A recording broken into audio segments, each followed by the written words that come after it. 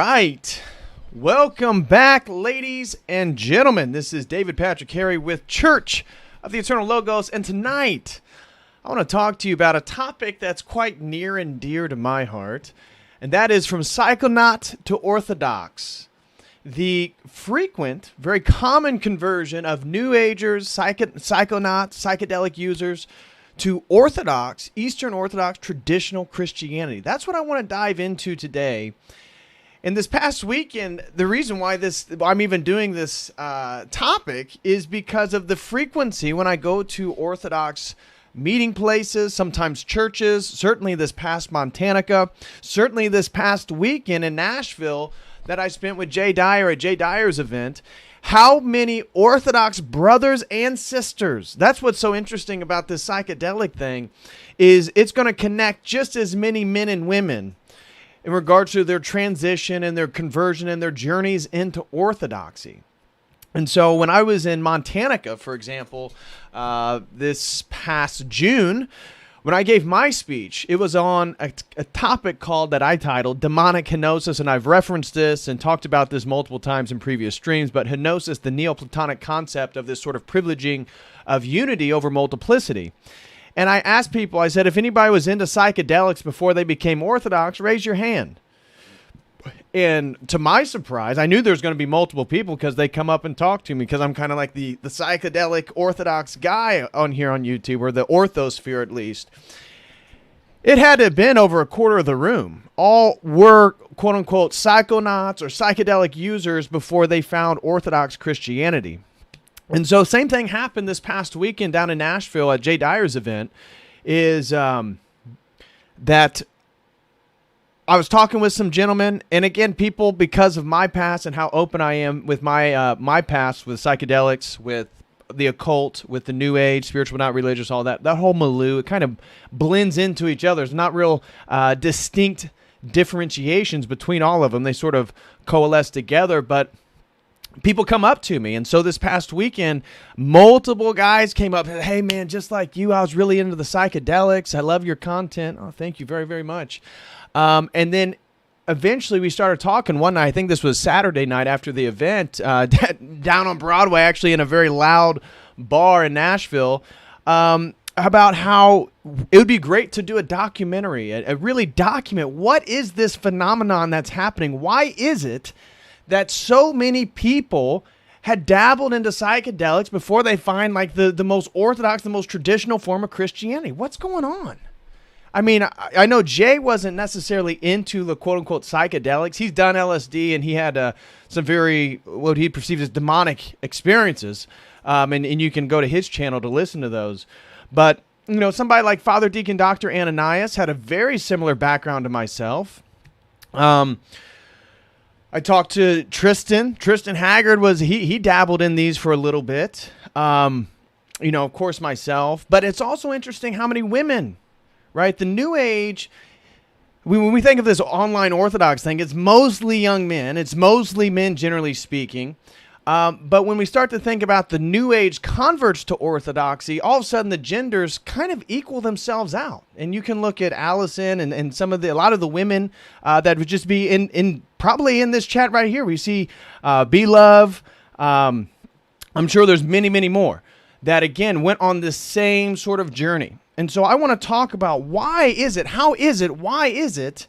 that there is this remarkable conversion process for so many former psychedelic users into Orthodox Christianity. And I think it's believed. I'm going to first give you a sort of general outline, and then we're going to talk about the psychedelic paradigm. Then we're going to do some announcements, and then we'll get into what I believe to be the overlaps of psychedelic spirituality and why so many psychonauts then, once they realize what Orthodox Christianity is, see that it actually provides a justificatory foundation for many of the things they believe in.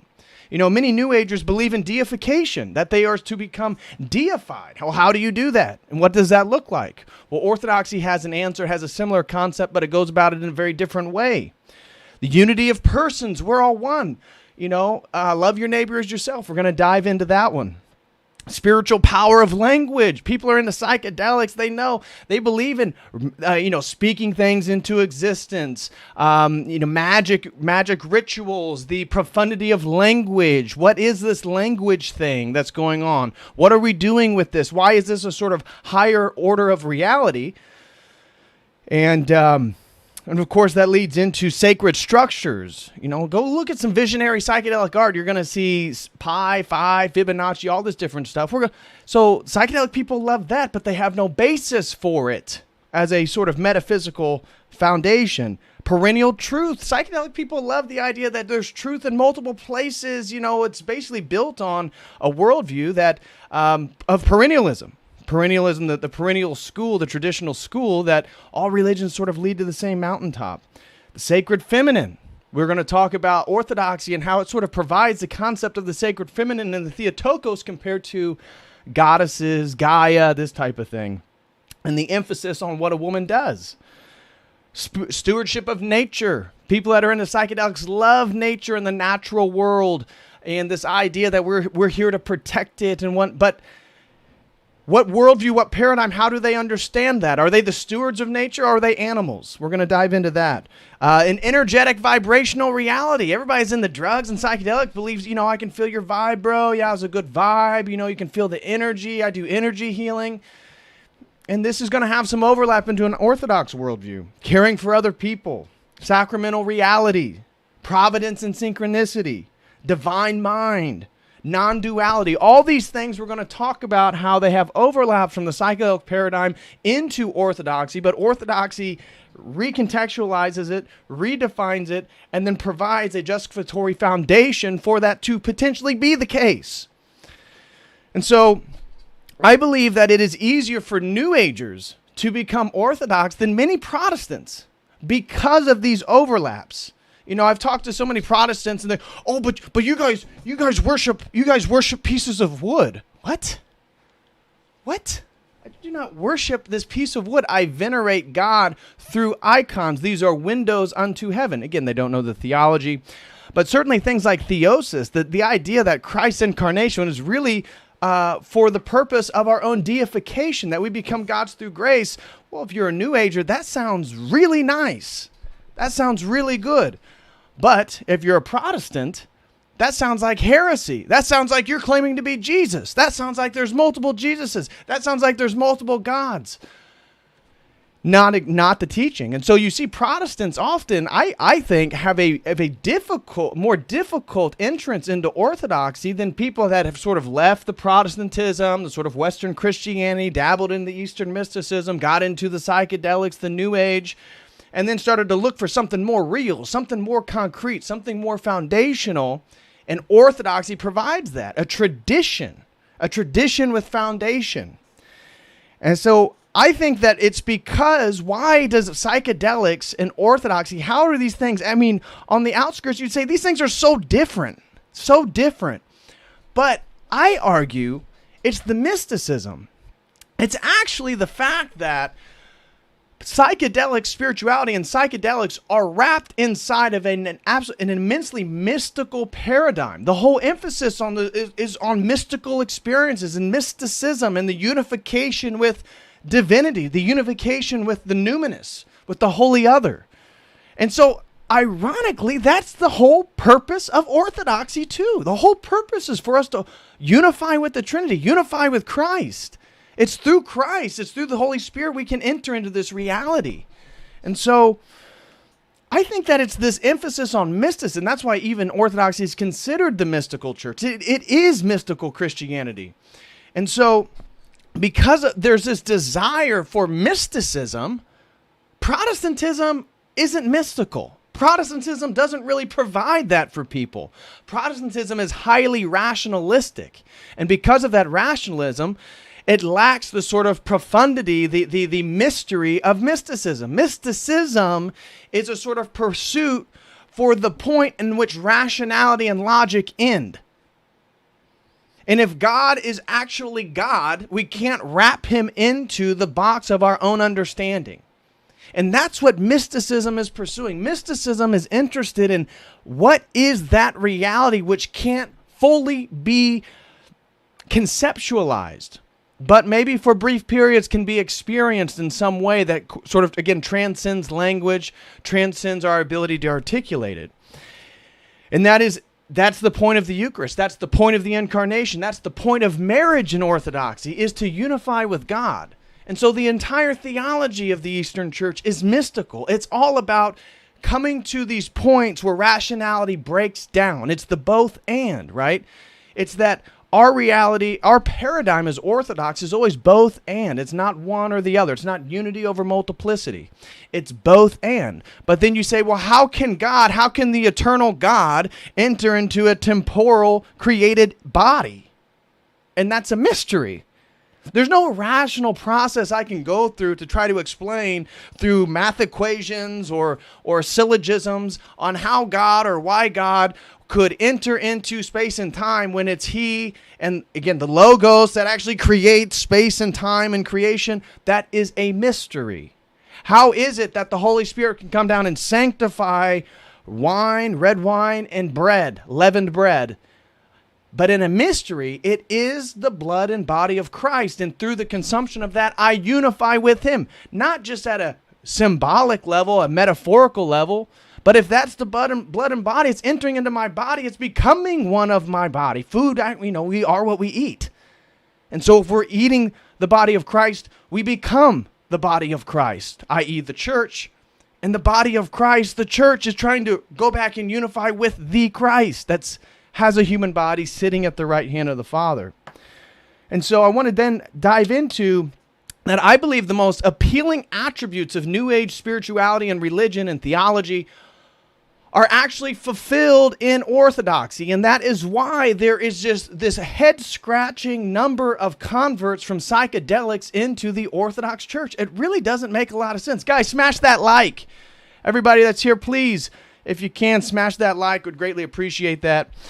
And so, again, when we talk about theosis or all these different things that I'll get into, now at the same time, there's major differences between these paradigms. Psychedelics and Orthodoxy are not the same paradigm. This isn't like, sort of the difference between Protestantism and Catholicism. No, these are different paradigms, but they're both very, very mystical. And so in the pursuit of unification with the mystery itself, the ultimate mystery of God, they then approach these topics or understandings in very similar ways, and that's what we're going to highlight. But at the same time, there are a considerable amount of differences. And so what is the sort of psychedelic spiritual paradigm? And that's what I want to lay out first, is that it's all about, again, the mystical call for unity. That you cannot understand what psychedelics are as a spiritual paradigm, whether that's rooted within Hinduism, shamanism, contemporary New Ageism, is that the psychedelics are believed to be sacraments that allow one to mystically unify with divinity. Okay? And so it's at the most fundamental level, psychedelic spirituality is non-dualistic, which we actually share with them. So we would say in Christianity, we are also non-dualistic in the sense that good and evil are not equal entities, both positively existing entities that are battling it out for eternity. Not Gnosticism, Manichaeanism, these dualistic worldviews. Even though people want to then describe, the very ignorant people want to describe Christianity as this dualism between good and evil battling itself out, and Jesus is beating up Satan, and Satan then comes. That's not even close to our worldview. And so psychedelic spirituality often takes on the sort of yin and yang. I've called Alan Watts the sort of monistic dualism. That at the most fundamental reality, psychedelic paradigm is non-dual. And it claims that good and bad, right and wrong, left and right, up and down, that what we perceive as dualities in the world actually go hand in hand together, and that they sort of blend into each other and they necessitate each other's existence. And therefore, the ultimate reality is the circle that unifies the yin and yang. It's not actually the yin and yang. It's not actually the yin and yang. It's not actually what we perceive to be good or what we perceive to be bad. It's the unified circle that encloses both. And that's reality. And that's why then this worldview, this paradigm is really going to struggle with objective morality. Because if good and bad necessitate each other in a way in which they sort of collapse back into each other for, again, the privileging of unity. And I've talked about this so many times with so many worldviews. The same thing is with the progressivism. It's with the nature people. It's with aspects of magic and Hermeticism, the Neoplatonists, the psychedelics. It's this ultimate privileging of unity over multiplicity. And so these psychedelic worldviews are very explicit using the Sanskrit concept of Maya. The world is an illusion. The plurality of the world is actually illusionary. The ultimate reality is unity. And this has been articulated in Hindu theology as the Advaita Vedanta tradition. Advaita Vedanta is the idea that Brahman, the ultimate reality, the ultimate underlying reality of the whole world, that's the only thing that's real, and everything else is an illusion. It's a Maya. We're stuck in a cosmic reincarnating cycle of samsara, and we got to break free from it. And that moksha is the realization we're going to see these Gnostic elements within psychedelics, but we can see it already present again in Eastern mysticism here in the Advaita Vedanta tradition. But you got to break through the illusion through gnosis, through knowledge, through experience, and then you can realize the situation of the cosmic self. You see, this psychedelic spiritual paradigm is always oriented around the self. And this is going to be a defining characteristic that's going to differentiate us as Christians with psychedelic spirituality. Psychedelic spirituality is all about the self. The way that I come to God is through the self. The way that I help other people is through the self. The way that, and even I would argue for many of them, that the helping of another person is really the helping of myself. So even the impetus to help somebody, to potentially sacrifice my own time and energy for somebody else, is rooted in the idea that they are actually me. And this is where I believe it's ultimately it verges on the edge of solipsism and like religious narcissism, this psychedelic. And I almost titled the stream From Psycho to Ortho, because the psychedelics, what I think as a sort of spiritual practicing level, and I am absolutely rooted in this. I have so many stories that would justify what I'm getting ready to lay out, is that these substances in a way get us to live in our own projection. That in a way the perception that the world is an illusion is sort of a self-fulfilling prophecy, because as the deeper I dive into these psychedelic realms and I perceive that my experience equates to cosmic truth without any sort of objective standard to realize whether that is true or not, whether that my experience looking into the ashtray and it turning into the face of God and telling me that I have to do X, Y, Z, whether that was really true or not, or the message I received from the ashtray was true or not, that psychedelics are oriented in this sort of worship of the self, this perception that through these experiences that they must be real because the psychedelics give me access to the transcendent. And so whatever you experience in these realms, they must be true. So the morality then is not objective. Morality for the psychedelic paradigm is actually that which offends other people's pleasure. And this is really insightful. I had to sit and think about this one. When I sat and I thought about what is the moral framework of the psychedelic spiritual paradigm, and I thought about it because obviously they care about the planet and climate change and capitalism, consumerism, all this different stuff. I was thinking, what does it boil down to? Because they don't believe in objective standards. And I realized, the morality of this paradigm, again, focusing on unity, multiplicity is an illusion. That morality then is based on what I do that offends somebody else's happiness or perceived pleasure. So, okay, I hurt somebody, that's a wrong in the psychedelic spirituality. But if somebody, if You know, if we're into gangbangs and swinger parties or what, well, that's cool too. That aids in people's happiness. So that must be part of a good morality. And if I was then to go to that orgy party and I said, hey, you guys what are you doing? Like, don't you realize that you're engaging in hedonism and this is going to cause jealousy and these are going to cause longer problems with your own sexuality and your relationship to other people and forming relationships? Then I would be a bad person. I'd be bigoted. I would be the one that would be imposing my own morality and my own objectivity on other people. And that is the morality, you see. So even the climate change, when you start to think about it, the reason why it's bad is because it offends other people's happiness. And they're rooted in this framework. Epistemologically speaking, I would say the psychedelic paradigm accepts quote-unquote science. Again, however you want to define what science is, scientism, the scientific industry, you know, the method of hypothesis, experimentation, and results. But obviously psychedelics, in regards to the sort of pharmaceutical industry, pharmaceuticals, neurobiology, there's a lot of scientists and scientifically minded people that have got into psychedelics, done psychedelics.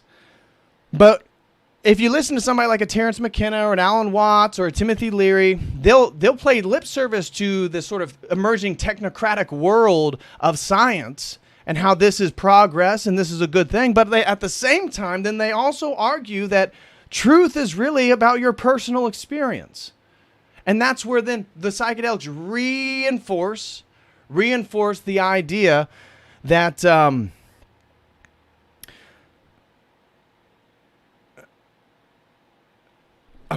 reinforce the idea that we are ultimately I lost my train of thought there. That we're ultimately leading into, we're talking about personal experience and the idea of the sort of phenomenological emphasis on psychedelic experiences. Timothy Leary, Terence McKenna talk about this consistently, that it's through our personal experience that we come to know the world, and that there's more of a validation for that. And that's consistent with, again, progressivism and the progressive political apparatus that is trying to force us into these hedonistic cul-de-sacs of thought. It's through the hedonism, it's through this sort of worship of our own pleasure and our happiness and trying not to offend other people's happiness. It's like we're all entering into our own prison cells.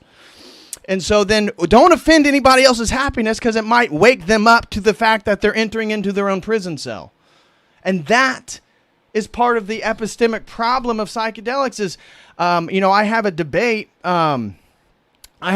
tomorrow night on, do psychedelics lead you to enlightenment? I'm going to speak about this when I do my announcements. This is my first quote-unquote public debate. I did a debate with Uber Boyo, but Uber Boyo was a friend. And so it was a very relaxed, non-confrontational debate. But tomorrow night I'll be doing one on, do psychedelics lead to enlightenment? And the fundamental question is, how would you know what enlightenment is? What is enlightenment? Taking more substances? How do we know that the phenomenological experiences of the ashtray are true? And you ultimately don't, because science can't tell you if your psychedelic experience was true or not, yet that is about as close as they get to an objective epistemology is the scientific method and the use of science. At the metaphysical level, looking at the psychedelic paradigm, what is the metaphysics of psychedelics? I would say that it takes on a very Neoplatonic structure because of this privileging of unity. So I've talked about the dot, the Neoplatonic dot with concentric circles around it. And I would say they don't ultimately, unlike the Neoplatonists, they don't worship the one God. They worship the cosmic self. Because the psychedelics in their worldview and their sort of Luciferian apotheotic structure is that through the psychedelics, through the dissolution of your ego structures and the ego death, you realize that you are the cosmos. You realize that you are the force that's unifying all things, and you just get the privilege of experiencing what life is like as a person.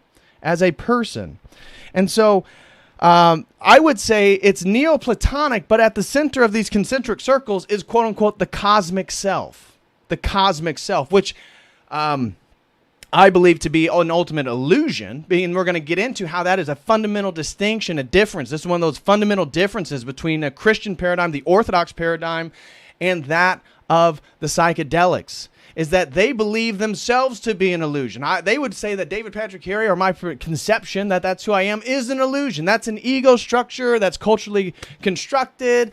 That is not reality. Reality is that I am my true self, my cosmic divine self is actually that which created the universe. It's tied together. And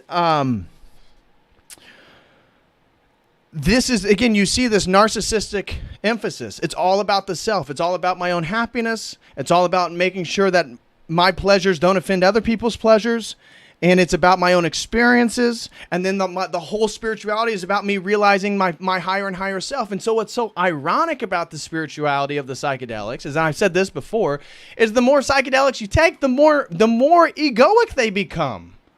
And I saw this happen with myself. I'm speaking about myself here, that the more drugs, the more psychedelics I took, the more that I've felt like I went into these deep realms of transcendent reality and non-local entities and space and time and concepts that I knew things that you don't know.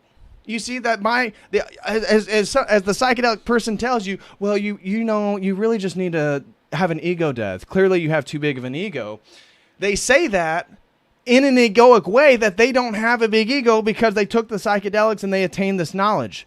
So even though, it's like piety signaling. It's like virtue signaling. It's like psychedelic signaling, right? The idea is that the more you take, the more enlightened you become, which actually reinforces the distinction between you and other people because they don't know those things, which then it reinforces the concept that you are somehow elevated compared to them. Very centered on the self. And so how do these people then get back to the cosmic self? It's through gnosis. And that's where the sort of Gnostic elements of the psychedelic paradigm take place, is that it is through that's where they can make an argument for, well, the phenomenological experience of the psychedelics actually aids in my process towards the cosmic self, because it's all about gnosis. And all knowledge is ultimately about the self. That's how they would perceive it. So even scientific knowledge about the universe or quantum mechanics, this is ultimately about myself. This is about the self. This is about the cosmic self. This is about the self that I actually am.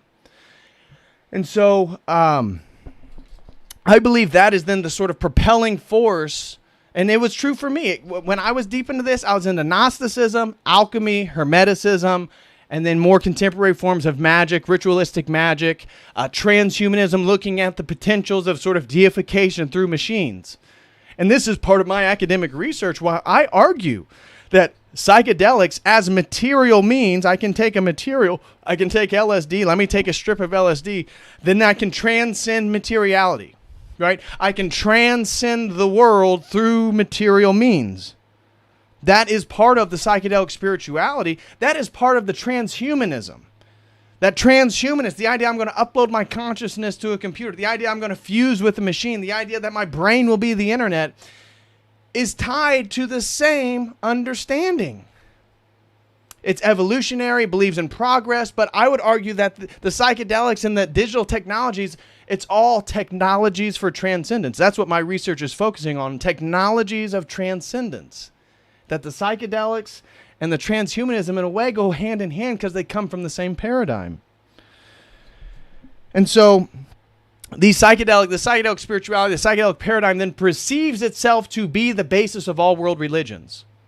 And so this is tied then to the belief of perennialism. Because they believe themselves, psychedelics and people who subscribe to the psychedelic worldview believe that psychedelics are the basis of all world religions. And so because that, then all religions are leading back to this sort of mystical mountaintop, which is again then psychedelics. You see, psychedelics began history, they began the idea of religion, and it's going to end the idea of religion. This is part of their worldview. The problem is, and I've said this over and over and over, is they don't have an objective epistemology to make truth claims regarding other traditions.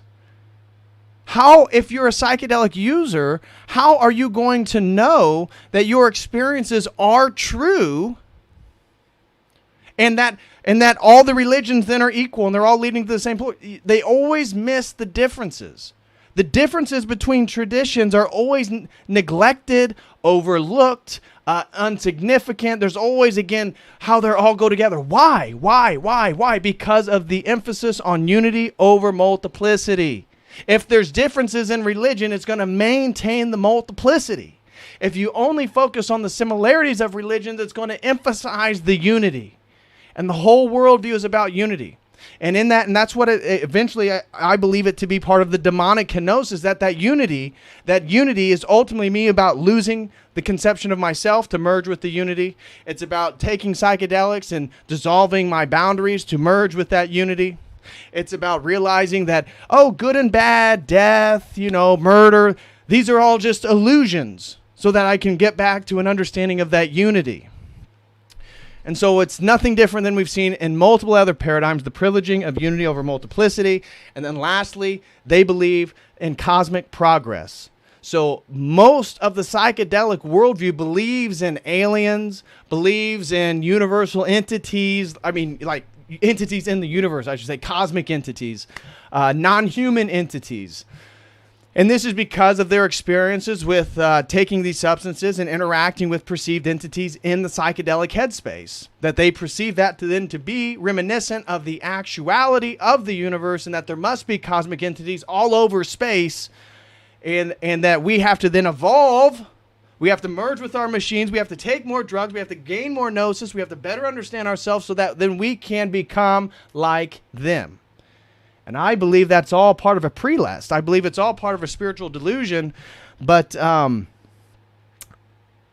yeah, so I then am we're going to take a break real quick to make some announcements, and then I'm going to dive into all the similarities, why I believe so many psychedelic people have become Orthodox Christians, and then some of the major differences in these paradigms. And then if you guys, everybody who had experiences with the psychedelics, if you want to chime in, you want to add your tidbit, feel free to throw in a super chat, preferably using the Streamlabs link, but if you prefer to use YouTube, that is good as well.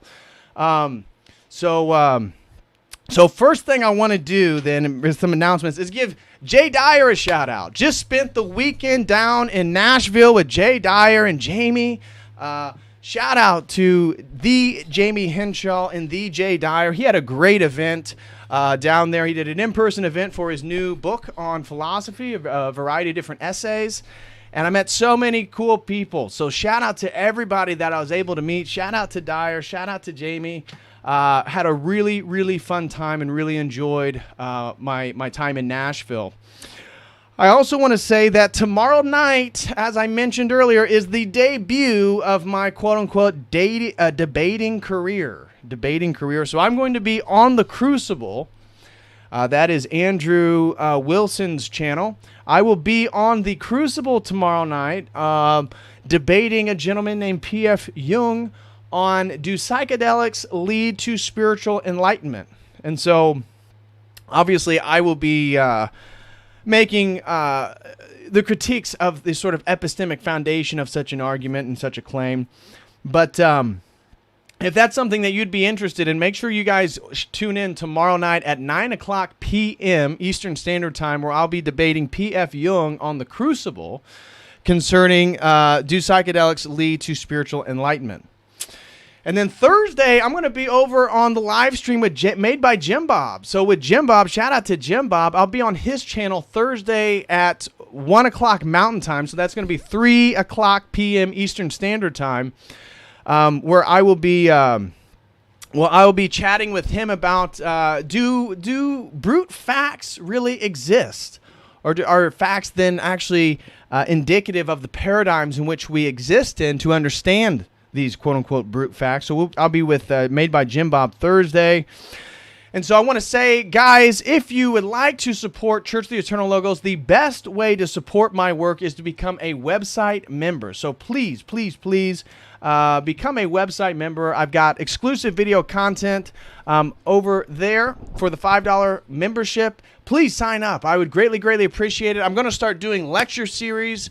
The first book I'm going to be going through is the book called Technosis, Magic, Mysticism, and Technology. So I'll be doing some public lectures, but then I'm going to be putting the majority of those behind the paywall. So please become a website member for $5 a month. Also, if you're a premium member, we got a premium members meeting this Thursday at 7 p.m. Eastern Standard Time. So if you're a premium member, shout out to everybody. Can't wait to see them. Also, I'd have a new announcement, and this was actually encouraged by Jay, but I've been trying to think. I've been debating on doing this, but I'm going to follow through, and that is I'm creating a new membership on fitness. I'm going to create. I've done Logos Fitness. I've filmed a few videos, educational videos, my routines. But now I'm going to be a little bit more serious. I'm going to create a group just for Orthodox. You don't have to be Orthodox, but it's going to be for Orthodox men and women who are into fitness, into weightlifting or powerlifting or whatever you're into. And we get together in weekly groups to discuss and sort of be accountable for each other. We can discuss our goals. We can share our progress. We can talk about diets during fasting, all this different stuff. So I'm going to be creating a new Logos Fitness membership in the near future. I'll keep you guys posted on that. But if that's something that you'd be interested in, please join when that becomes available. It's going to be basically Orthodox people who are interested in fitness and those types of activities, being in a group together, being able to share their ideas, their goals, their successes, their failures, and being able to be encouraged by each other. And then when we're fasting, we can say, hey, I'm eating this, or I'm trying to use this or that. So that is coming as well. Also, if anybody would like to sign up for a one-on-one session, we have some openings for this Thursday. So please sign up for this Thursday. And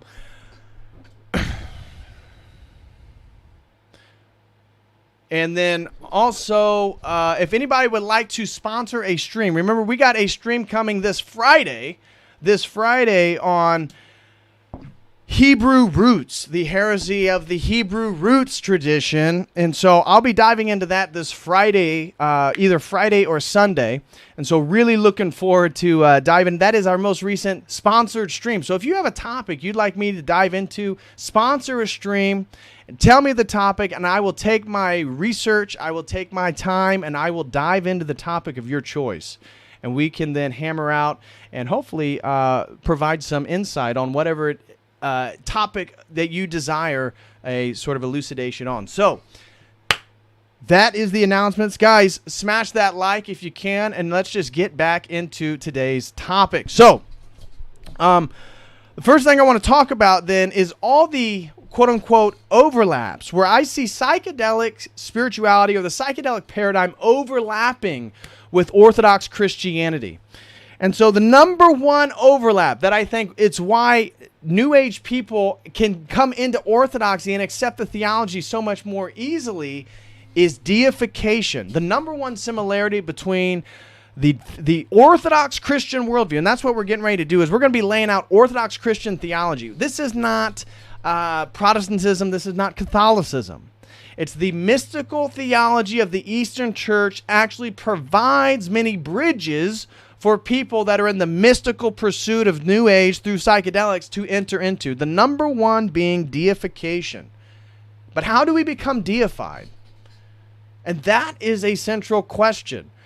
Theosis in the Orthodox world is how we become deified. So Orthodox Christianity teaches that God, the eternal God, the second person, the Logos, which is also the metaphysical reality that unifies all things together, incarnated into space and time to become a man. And he was fully man and fully God in the historical entity of Jesus of Nazareth. That is the claim. And it's through that claim that then Orthodoxy says this is how we become deified. The reason why man, who has to be created, clearly we're created because we have a beginning and an end. We aren't quote-unquote gods. This is our worldview. Obviously, the psychedelics will say that death is an illusion and all this stuff. You just merge back into the cosmic self or whatnot. There's actually a wide variety of what happens after death in the New Age. There's no consensus there, that's for sure. But this idea of theosis versus apotheosis is a really big distinction between the two. Orthodoxy says we become deified. That's the entire point of Christianity. The entire point of Christianity is deification of men and women. And we do that through a moral practice of following Jesus Christ. It's a moral pursuit. It's a moral practice of following the teachings of Jesus Christ that we engage with the energies of God. And so this is a major distinction between the other forms of Christianity, is that there is an energy essence distinction. The essence of the Trinity and the energies of the Trinity are distinct. And we engage with those energies personally as persons, 3 persons. I'm a person made in the image of God. I can engage with logic and reason and order and love and truth and justice and honor and glory and compassion and mercy. And all these things we would say are energetic realities. And it's through that that we become deified. The more we engage with those energies, the more we engage with those energetic realities, the more I'm filled with those energies, the more I'm like God. And then other people can feel that. And we're going to talk about energies and vibes and all that different stuff. In Orthodoxy, you can really feel the vibe of somebody who's more pious, more righteous, because it is an energetic reality. Within psychedelics, we would call it an apotheosis. An apotheosis is the idea that I am God.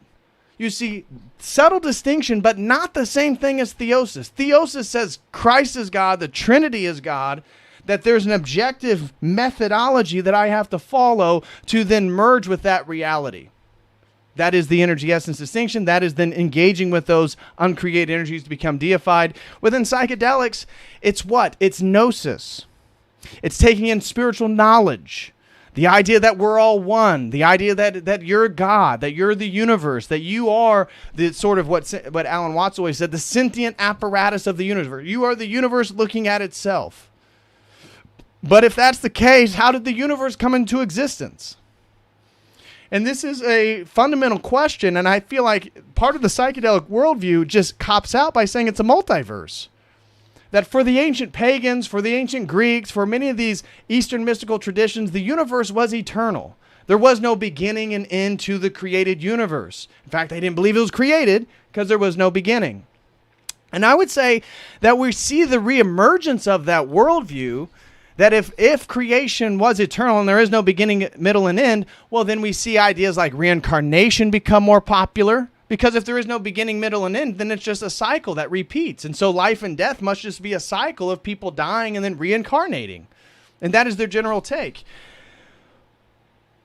Therefore, the engagement of and the use of the psychedelics to alter one's mind to then come to these sort of cosmic realizations is the process in which one becomes deified. That is it. There is no objective morality. There is no objective standard. There is no objective path to this process. It's purely just your own engagement with the substances and diving into them and using them and then coming to the correct quote unquote conclusions.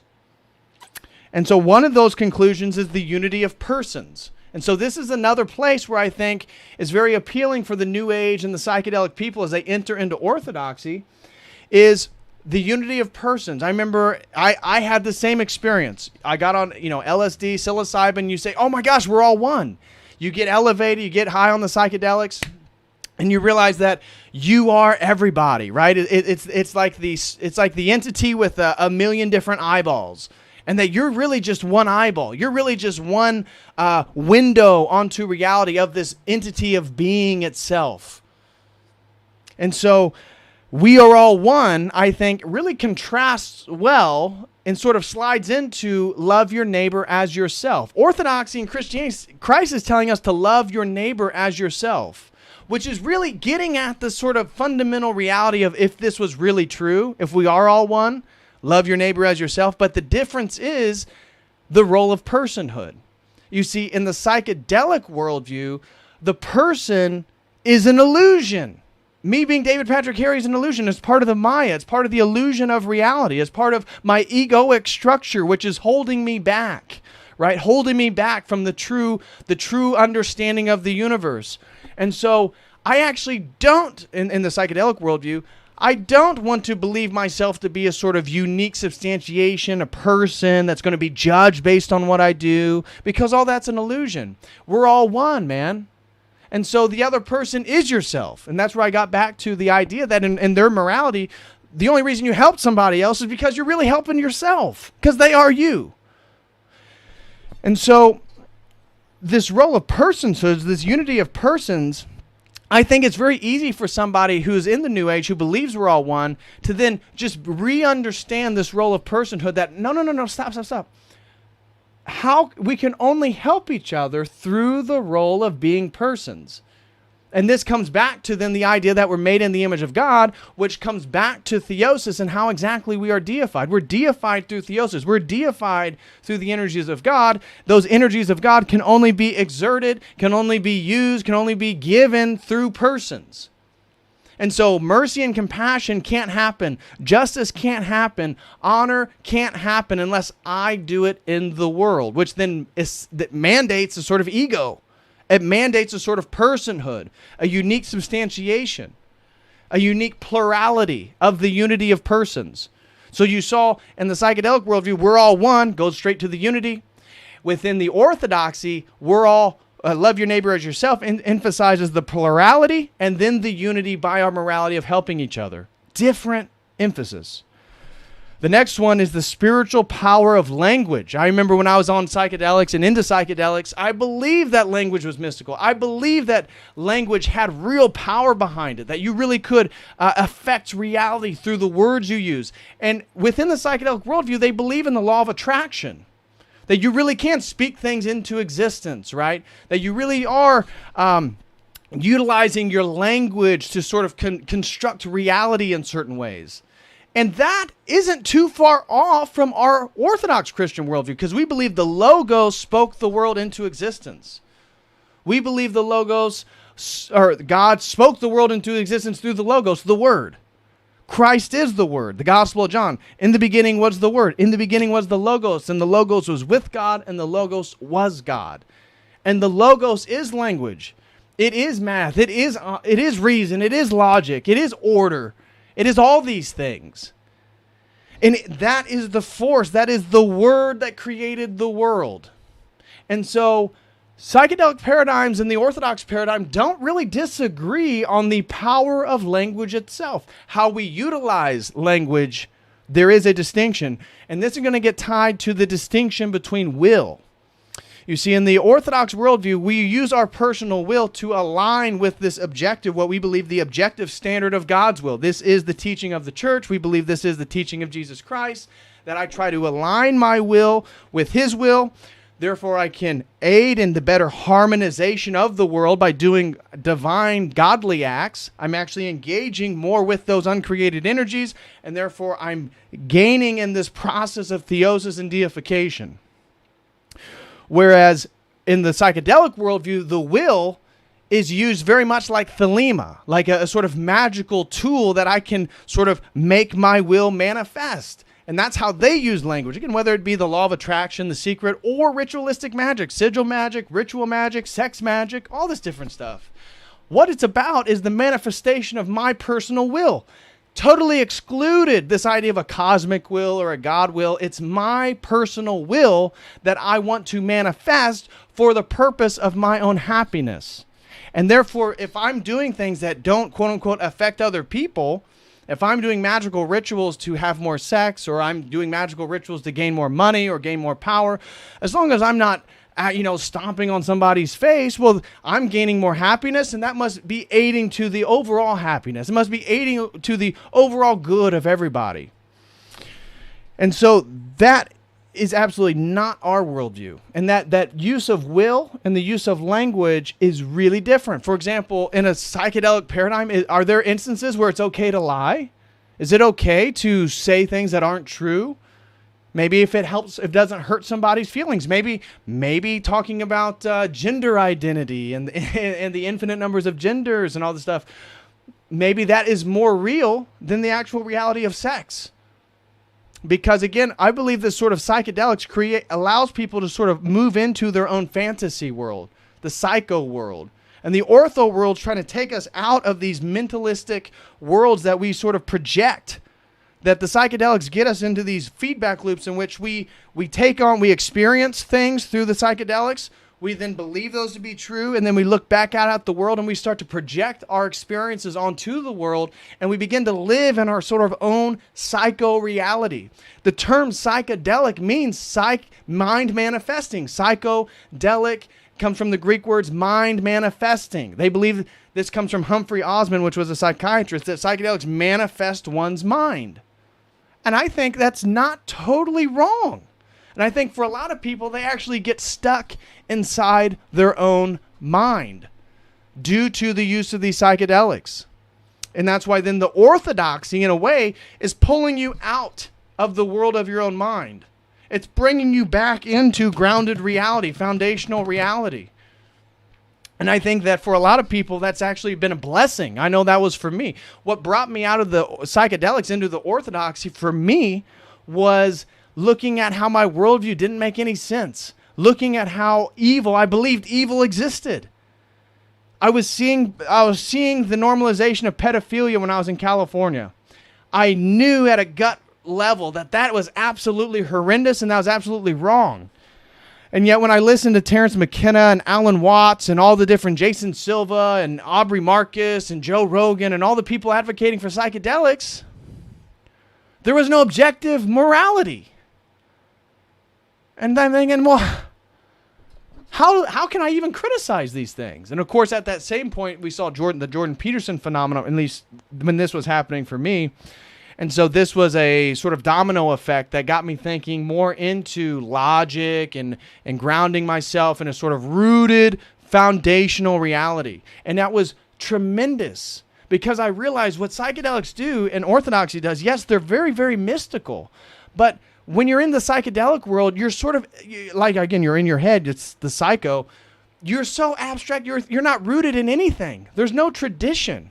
Even though the psychedelic people perceive themselves to be rooted in tradition, right? They say, well, psychedelics are the origins of all religions. Psychedelics is the basis of, the spiritual religious experience. And yet you're like in California, you're in Southern California, and you have some new age guy who has dreadlocks who's claiming to then be a traditional shaman of like the Peruvian ayahuasca tradition, and he's actually from New York and he's never been to Peru. It's like, what? That's not tradition. It's consumerism.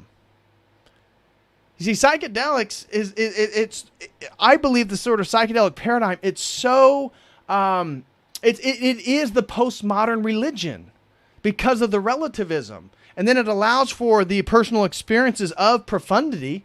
And I will not deny that you can get into these realms and you can have profundity. I also want to be explicit that I don't equate values to the substances themselves. I don't believe a mushroom, quote unquote, is evil.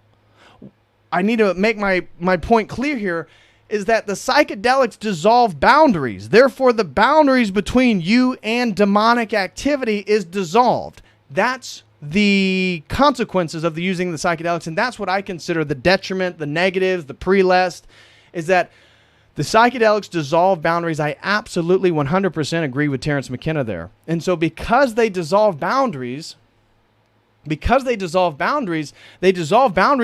you and real spiritual entities.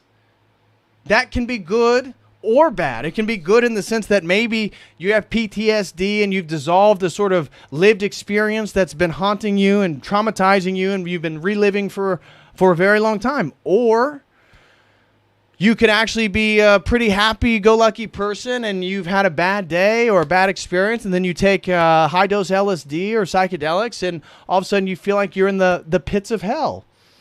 And maybe then you become affected by that permanently and you have a psychotic break. Or maybe you have a really positive experience, but the message of the experience actually takes you off into a totally wrong direction of your life. I had one experience where I was convinced that it's so embarrassing to even talk about, but I was convinced that a girl that my high school sweetheart, if you will, I had not LSD experience. I was convinced based on this LSD experience, we were going to, have the perfect life. It was going to be the white picket fence and all this different stuff. And I was absolutely convinced that was going to happen. There's no way you could have told me that was not going to be the trajectory of my life. But it was that was the illusion, right? Actually, the psychedelic message that I received was the illusion. It was totally fake. It wasn't real. Never happened. My life never even moved close to that being the case. And so that's where that sort of psycho versus ortho I was going to originally name the stream, because it's that lost in your mind process that the psychedelics aid in.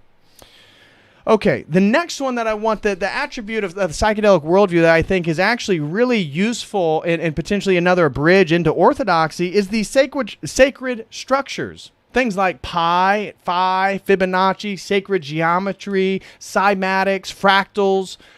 I loved this stuff when I was interested into psychedelics. And I had a big psychedelic channel, made a lot of graphics for that stuff. And this was a huge turn on for me when I found orthodoxy, was that I didn't have to give up any of this stuff. I didn't have to give up all the sacred geometry. I didn't have to give up sacred space, sacred architecture, sacred symbols. I didn't have to give up archetypes, because it's all rooted in the logos.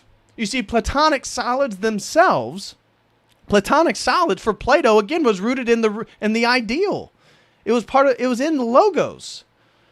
The psychedelics, though, have no real metaphysical framework. Where do the fractals come from? Where is the sacred geometry? How do those exist, and why are they predominant and existing in reality? It's difficult for them to answer that, and you're going to get different answers based on different people coming from different traditions.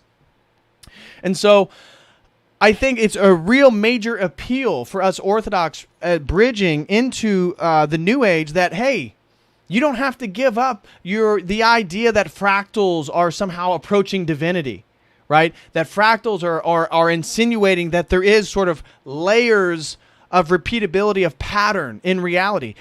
Orthodoxy teaches that. That's why Christ taught in parables, right? Because at the metaphoric level through the story, he's actually telling you a truth that resonates on all levels of reality. At the abstract, at the theological, at the ethical, at the metaphorical, at the archetypal, all these levels of reality, he's teaching you through the parables. That's what the logos, that's what the Word of God did for people. And so you don't have to give up. In fact, what you do is you get to embrace it even more. You get to embrace it even more because now you have a theological foundation for why fractals and sacred structures and Platonic solids and pi, phi, well, you have an understanding for why they exist and why they're useful and why we actually should build things in those patterns. Why leaves and plants actually do exert these numerical structures and patterns at scale. Because it's rooted within God. It's rooted within the Logos, and the Logos, the Word of God, created the world. The next one that I think is really useful, and this was also useful for me, is that I was a perennialist at one point. And I believe that sort of all religions lead to the same mountaintop, right? Well, when I became Orthodox, then I found out that there's a concept called Logos Spermatikos.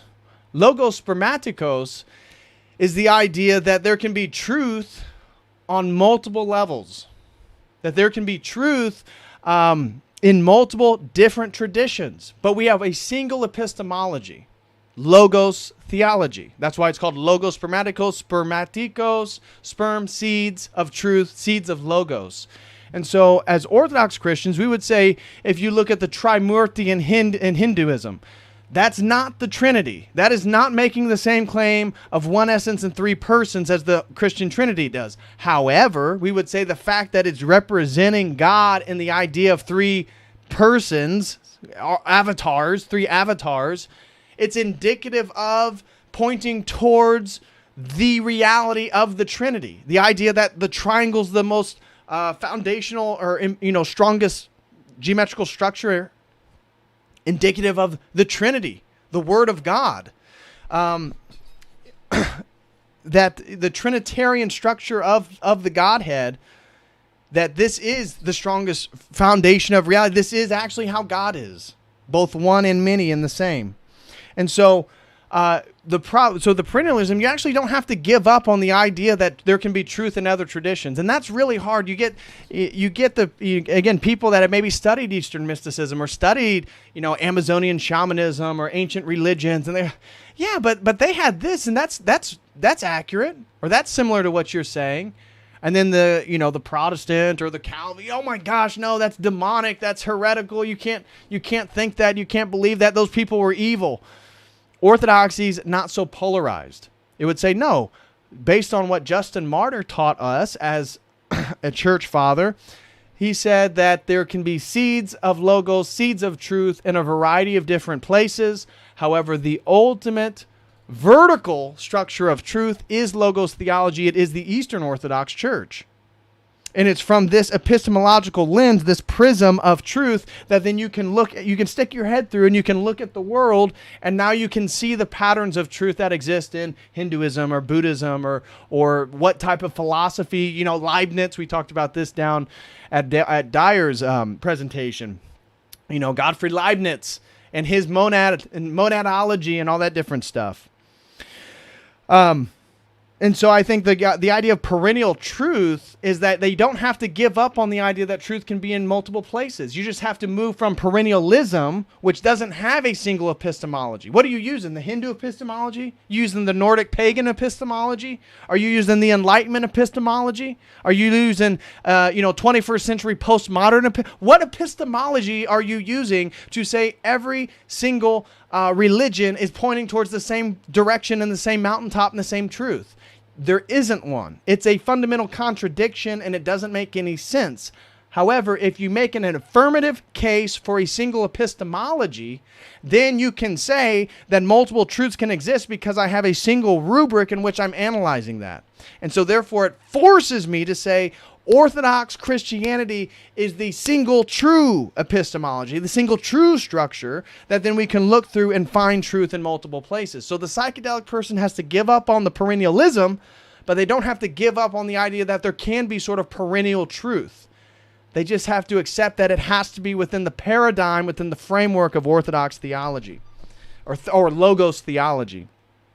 The next one is the sacred feminine. For the New Age, they all love the goddess figure. Goddess, Gaia, right? They worship Gaia, the idea that the Mother Earth, is here to protect them. And so, I think it's really interesting how Orthodoxy, we are unabashedly patriarchal. We are a patriarchal tradition. And there's no apologies for that, even though I'm sure many people in the world would like there to be apologies for that. That we understand the sacred feminine in regards to what is it that women can do that men can't. Women give birth. Women give life. And we look then at the Theotokos. We look at the fact that that God, the second person, the Logos, that which we've been talking about, the metaphysical framework, the epistemology, all that stuff, the Logos, the Word of God, could not even enter into his own creation except through a mother, through a woman. And that then is considered an absolute divine reality. I am not a woman, and I cannot participate in that, and I did come from a woman, and so did God. Not in essence, not in origin, but in terms of creation. And so when you look at these goddesses or goddess theology, it's much more materialistic. That's why Gaia is earth. Gaia isn't some abstract concept up in the sky. It's the earth. It's the fecundity of that which, again, reproduces and gives life to plants and animals and all this different stuff. So we can see that same concept. It's sort of attached to materiality. Maria, Marina, matter, that these root words, the etymology of MA often is related to something to do with matter itself, materialism itself. And then for God, the eternal God, the transcendent God, to become material came through a woman. And so Orthodoxy, we have the Theotokos at the very height of our sort of saints, of people who are fully human, who engage with God. You can't get higher than the Theotokos. But you see, we don't worship the Theotokos. We venerate the Theotokos, which is a very different concept. We venerate the Theotokos because of her exceptional faith in God, her acceptance of what God asked her to do to give birth to Christ, and her loyalty and her piety. And so in Orthodoxy, we look up to a woman. And we look up to the woman because of her ability to give life and be a mother. You look at the psychedelic paradigm, which venerates all these goddesses. And even though they think of Gaia as, Mother Earth, Mother Nature, that which, again, through its own fecundity kind of gives birth to everything, at the worldview and the practical experience of the psychedelic paradigm, the women don't want to be mothers. Right? They actually worship a sort of Kali-esque figure in regards to the goddess. It's about like sexuality.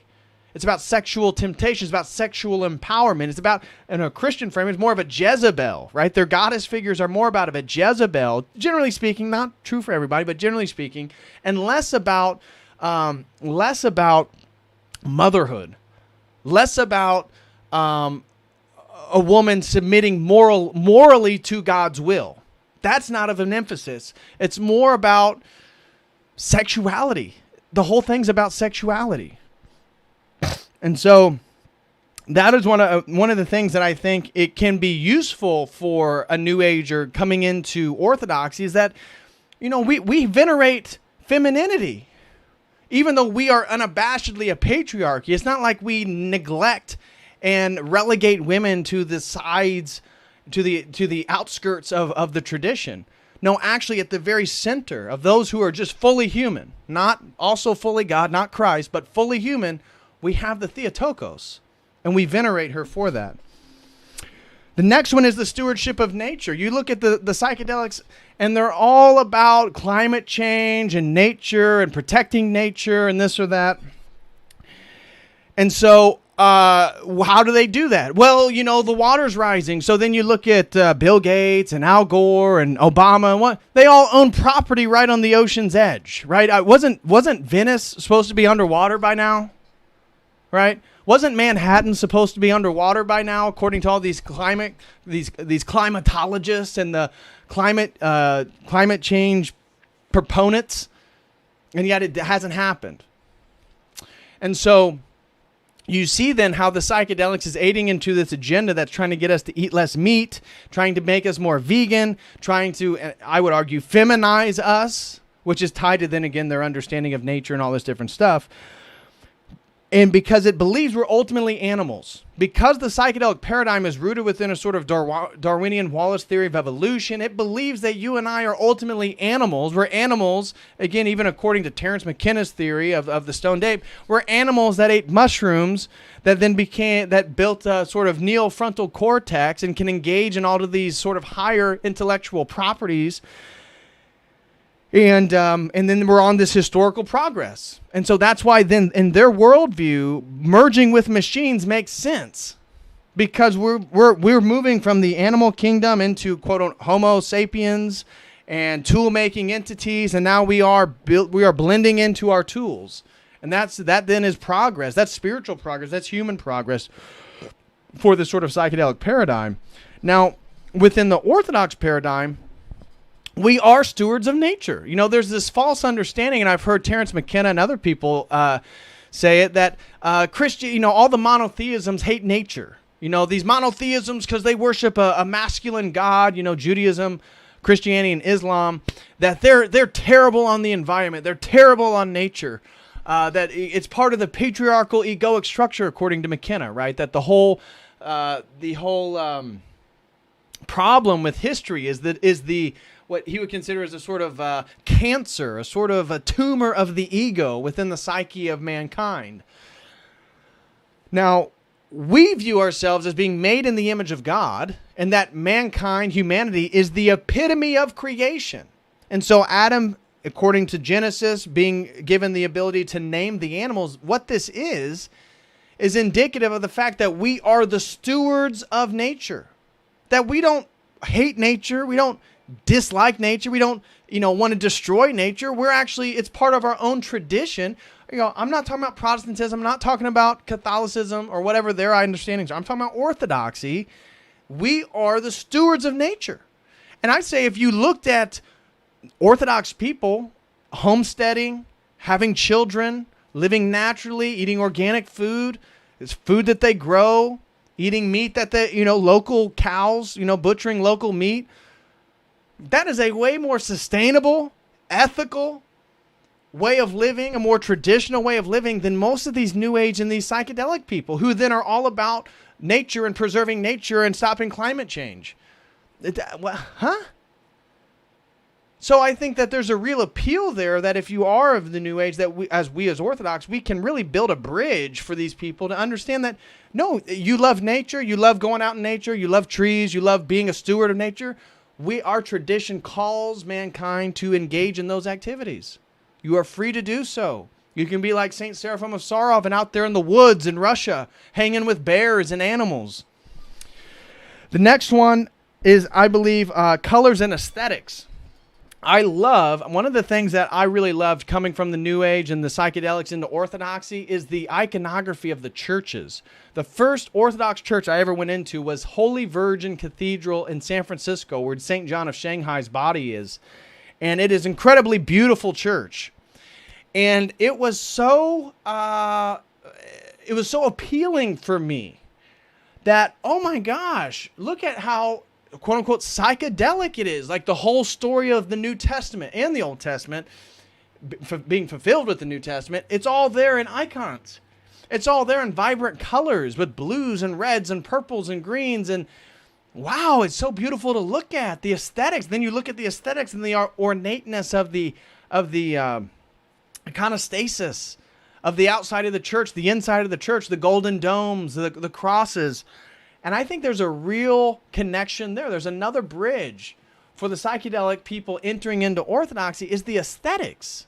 You know, this isn't the warehouse, mass rock band church down the road where you go in there and everybody's in their, their Nike Airs and their jeans and whatever, their T-shirts, ready to go watch the NFL once church is over. No. This is traditional. This is beautiful, right? There's a beauty within Orthodoxy. The aesthetics are beautiful. They're breathtaking. And I think that is a real appeal then for people that like psychedelics, because often people who are into psychedelics like the aesthetics as well. When you go into these altered states, and if you're looking for visuals with your eyes closed, you see beautiful colors, fractal patterns, sacred geometry, all this different stuff. And so to find that in Orthodoxy, you can go into places of worship that are just as aesthetically beautiful. And that you don't have to give up. You don't have to go into some austere stadium or theater, or some Protestant church that really doesn't do anything for you aesthetically. Orthodoxy provides that. It gives you that sort of aesthetic outlet to appreciate. So the next one then is the energetic and the vibrational reality. Within the psychedelics, they all talk about vibes and energies and stuff like that. Well, you do the same thing is true in Orthodoxy, because the ways that we engage with God directly are through energies. And the ways that we then as people engage with each other are through energies. That actually the only way we've ever known a person is through their energies. Whether it be your parents or me or your friends, the only way you know them is from what they do, what they say, how they dress, how they treat people. These are all energetic activities. And so Orthodoxy's entire theology is based on the idea of energies and vibes and all that different stuff. So I think that is also a big appeal for people coming out to the psychedelics that realize, wow, there's a form of Christianity that is interested in deification and aesthetics and unity, this logos concept. And then it also provides us an understanding of a sacred feminine concept and a stewardship of nature. And then it has this understanding of an energetic vibrational reality. See how so much of that actually provides fertile ground for people coming out of the psychedelics. The next one is the archetypes and patterns of meaning. One of the things that I love about Orthodoxy since becoming Orthodox is how it as a prism, when you use Orthodoxy to then look at the world, you see more dots connect. And that's all I'm trying to do with this YouTube channel. I mean, with this YouTube channel, what I do is I come on here and I talk about the world or a topic, and all I do is use Orthodox theology, the prism of Logos theology, to look at said topic. And I describe it through that. And so people have said that, hey, I love your videos. I used to be into psychedelics, and they're kind of psychedelic in the way that they just unload information and try to connect dots. And And I said, yeah, that's exactly it. That was my favorite part about psychedelics. That was my favorite part about LSD. It wasn't the visuals. It wasn't the fact of the cool colors. It wasn't the sacred geometry with my eyes closed. What really, really, really made me love doing psychedelics was the connecting of dots, the Satori experience. Satori is a concept in Zen Buddhism of like a light bulb going off. And that I loved that. I loved sitting outside, taking LSD or whatever, and then all of a sudden connecting all these dots and seeing things in a new way and seeing how maybe what I'm doing or something I was thinking about or working on, I can see it in a new perspective. Well, one of the things that I absolutely love about Orthodoxy is I still get to sort of ride that live edge of the continual connecting of dots. I now have to do it soberly, and I do it through the prism of the church's theology, the Logos theology itself. And that's what this YouTube channel is. That's all that I do is I take the prism of Orthodoxy and then I look at the world and I try to articulate to you guys what I see through that prism. That's what I do. And I love that. And I think that this is something you can't really tell somebody, but I guarantee you all you guys listening who are Orthodox, who have come from the psychedelics, absolutely agree with me that this is the case. And this is one of the things that you love about is that the depth of Orthodoxy, because the more you look at the world through it, the more you see dots connect, and the more you then really come to the internal faith belief that, wow, this has to be the truth. This has to be real. The next one is caring for other people. The Orthodox worldview, the psychedelic worldview is always about helping other people, helping the world, you doing this or that. And I would say Orthodoxy is all about helping other people. But again, the way we do that isn't because we believe we're helping ourselves by helping somebody else because we're all one. It's the idea that actually I become more like God the more I self-sacrifice. That's the Orthodox approach. The more I self-sacrifice myself, the more I become like God, and the more I'm going to help people around me, and the more I'm actually going to become closer to God. This is carrying a cross. This is becoming Christ-like. And so that's why the caring for other people is that we care for the other. That's why when we help somebody, we don't think of them as ourselves. We know they're not ourselves, and yet we're still called to love them as if they were. That is so hard to do, and that is a higher order of helping somebody. I'm not helping you because I think it's going to help me. I'm helping you because you're not me, and I'm going to treat you and love you as if you were me, maintaining the separation and the plurality.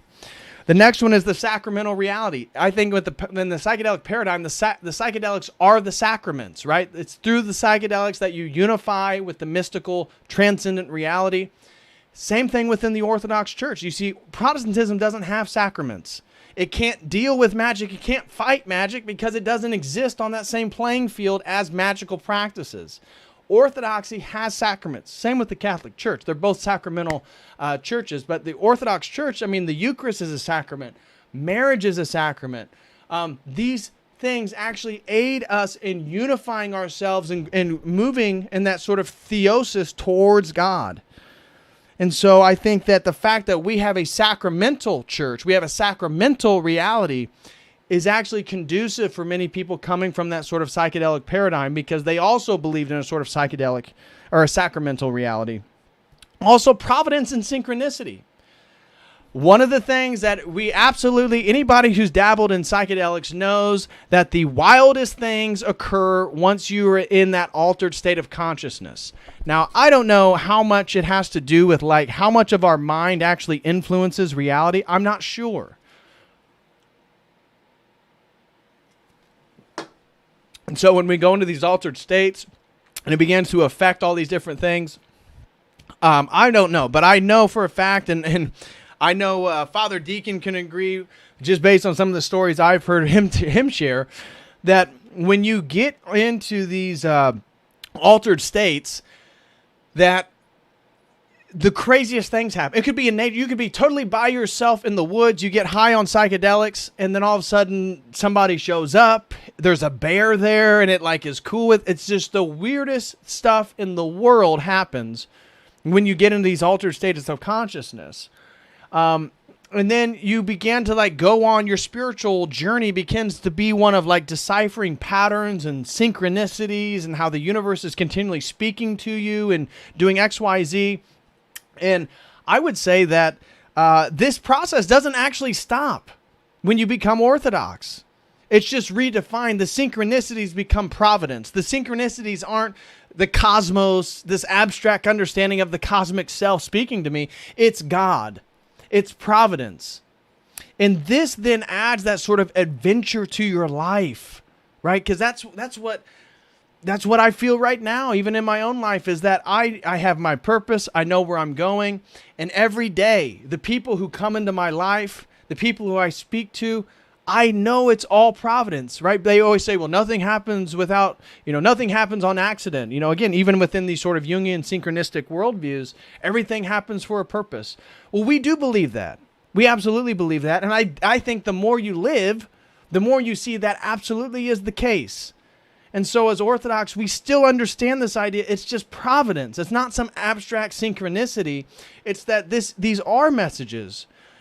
But you have to have the right epistemology, the right worldview to interpret them in the first place. And that's why, and I think so many of us who came from the psychedelic, we see the providential journeys that led us to where we're at right now. And so this divine communication, right? Because that's what the synchronicities and the providence is. It's divine communication. And it's amazing that, again, as Orthodox, we can talk to the New Agers and the psychedelic people that, look, I know exactly what you're talking about. I know the weirdest things, the numbers, the clocks, the people, the words. Yep, the synchronicity. It's going to continue as you become Orthodox. It's just going to be sober. You're not going to be high. Yet you're still going to see the most profound things, the most unlikely things in your life. It just takes a little bit longer time for all this stuff to happen, right? Instead of one night where you take psychedelics and you have a bunch of crazy, weird, synchronistic experiences, it may be longer in regards to your day-to-day life. But if you're doing the right things, if you're moving towards God, that adventure doesn't leave. That divine communication where it seems like God's speaking to you through other people, through your work, through, again, the random occurrences or what you perceive to be, it's all providence. It's all providence. Another one, I believe I got two more left, is the divine mind. In psychedelics, they're all about the divine mind, panpsychism, hermeticism, all this type of stuff. And this is a sort of Neoplatonic concept where, again, the individual minds are trying to unify back with the divine mind. And in a way, we're doing the same thing as Orthodox, right? We are little men, humans, men and women, trying to reunify with the God-man, Jesus Christ, the incarnated God. And he is the Logos, and he is considered the sort of divine mind, right? If we're going to use a divine mind concept, it's definitely going to be the Logos within a Christian paradigm. And so the Logos is our sort of divine mind. And we can see that ours then comes with all these objective structures. See, the Logos being our divine mind means that logic and reason and all these things that mathematics, language, we have a place for all this stuff. The divine mind, psychedelic, panpsychic worldview, it's more abstract. It doesn't make as much sense. There's not as much logical following of their sort of premises. So I would say we can appeal to the psychedelic people through, again, our concepts of Logos as a sort of divine mind to sort of move them out of those panpsychic, hermetic worldviews of spirituality. And then lastly, as I mentioned earlier, one of the foundations of the psychedelic paradigm is its non-duality. I would argue that we as Orthodox Christians also are non-dual. That we believe the only thing that positively exists are the energies of God. Logic, reason, love, truth, honor, glory, mercy, compassion, all these different things. Those are the only things that actually exist positively. The opposite of truth is falsehood. It's a term to describe the absence of that energy, just like coldness is a term used to describe the absence of thermodynamic energy. So thermal energy, the absence of thermal energy, when you have thermal energy, you call it hot. The absence of thermal energy, you call it cold. But coldness is just a term to describe the absence of a positive property. And we would say all these evil, death, sin, these are falsehoods. These are describing things that are absent of God's positive energies. And so our worldview is not dualistic. Yes, there's up and down, right and left. That's because of the order of the created world. But in regards to our theology and the spiritual reality of everything, it's not dualistic. It's non-dualistic. God is not in competition with anybody or anything. God doesn't have to compete. The idea that God would have to compete is God sort of not occupying the definition of God. So our God does not compete with anything. He does not compete with Satan. Satan is competing with us on this process of deification, because Satan and the demons can't be deified because they went against the will of God inside eternity. You and I, as men and women, are inside space and time. Therefore, we're inside a changing space, I guess, space and time. Things change. Change is able to exist. And so we then are able to repent. We were able then to participate in this process of theosis. God became a man. He didn't become an angel. He didn't become a lion. Didn't become a dog. He became a man. And so we then can participate in this process. And that's the only positive thing that exists. We either are moving towards God or we're moving away from God. That's it. There is no competition. And therefore, Satan or demons or evil, all that is trying to do is make sure that we do not move closer to God. Because as we move closer to God, we then are becoming more like him. We're being infused with those energies. People can sense that vibrational reality, and we can actually affect the people around us in a positive or negative way. Ideally, though, if we're Orthodox Christians, we want to take on the energies of God so we can affect people in a positive way. And so now I'm going to end real quick by listing the major differences of the paradigms between orthodoxy and psychedelics. The number one difference is the role of suffering. That in orthodoxy, it's through our suffering that we actually become closer to God. It's through the suffering. Suffering is a good thing. Suffering is a doorway. It is the cross that we bear. As Christ, God incarnate, shows us the nature of reality. That if you're going to do what is good, if you're going to move towards God, the world is going to persecute you because the world is fallen. Therefore, our suffering is not something to be rejected or run away from. It's something to embrace. Orthodoxy is a place where we have all decided that we're going to suffer together. We're going to celebrate our suffering. We're going to celebrate the fact that we have to suffer. Maybe we get sick. The people we love most are going to die. Tragedy is going to happen. And we have to bear it. Because that's exactly what Christ did. And it's through these bearing processes of suffering that we become more. Just like a man becomes more every time he faces an obstacle and overcomes it. This is very different from the psychedelic paradigm, which is all about happiness, pleasure, and the law of attraction. Because it does not want you to suffer. If you suffer in the spiritual and the psychedelic paradigm, it's probably for a negative person. It's probably for, a negative reason. It's you're doing something wrong. That's why you're suffering, right? And this even some Christians, that's where they believe in the prosperity gospel. Oh, if I just do good things, then good things happen to me. Or they're saying, no, if you're doing good things, bad things are still going to happen to you, and be thankful for those bad things, because it's through those suffering, it's through the bad things that you actually are able to move closer to God, that you can actually elevate yourself, because there's real struggle. It's like working out. There has to be resistance to grow. Our suffering is our resistance as Orthodox Christians. We embrace the sufferings because that's how we spiritually grow. That is a very different understanding than psychedelic spirituality, which wants you to not suffer, and the least amount of suffering is best, because they believe on they believe in a utopia this side of creation. And so they do not want to suffer at all. And so their whole thing is minimizing suffering, right? But we don't think that that's even possible. So we embrace the suffering until Christ comes. They are trying to avoid it, and that's why you look at the world they're constructing, which is trying to take away people's responsibility, the UBI. I'm not saying all these people are psychedelic. I'm saying the psychedelic paradigm is consistent with the progressive one world government paradigm, because it's all about a demonic kenosis. It's all about the dissolution of all boundaries. It's all about the privileging of unity over multiplicity. And so I would say the number one difference in paradigms is the role of suffering. The role of suffering. Another one that I have and I would say this is another very important distinction between orthodoxy and the psychedelic paradigm, is the role of rational versus irrational worship. So orthodoxy is very explicit about this, that we do not worship God in irrational ways. We do not worship God through sex orgies. We do not worship God through intoxication.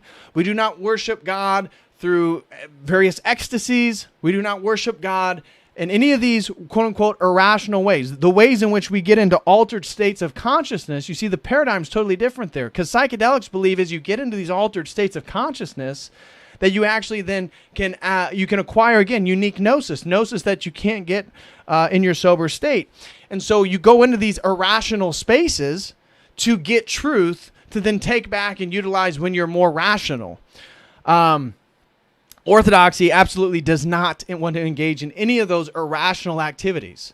It claims, again, because of reason being an uncreated energy of God, irrationality is the absence of God. Irrationality is the absence of God's rational energy. Therefore, irrationality can in no way bring you closer to God from an orthodox worldview. That is a major, major difference between these paradigms, is the role between rationality and irrationality in regards to our worship. The next difference is the role of the imagination. In orthodoxy, we believe that the spiritual warfare is first and foremost happening in the imagination. These are the logismes, that inside your mind, every sin, every negative process, every spiritual attack has first come to you as a mental image. Whether it be a mental word or thought or expression or concept or actual visual image, it's all begun in your imagination before you ever act it out, before you ever actually perform it. It happens in the mind. And so this is a difference between Orthodoxy and even Catholicism, where the Saint Ignatius, or we don't call him saint, but the Catholic Ignatius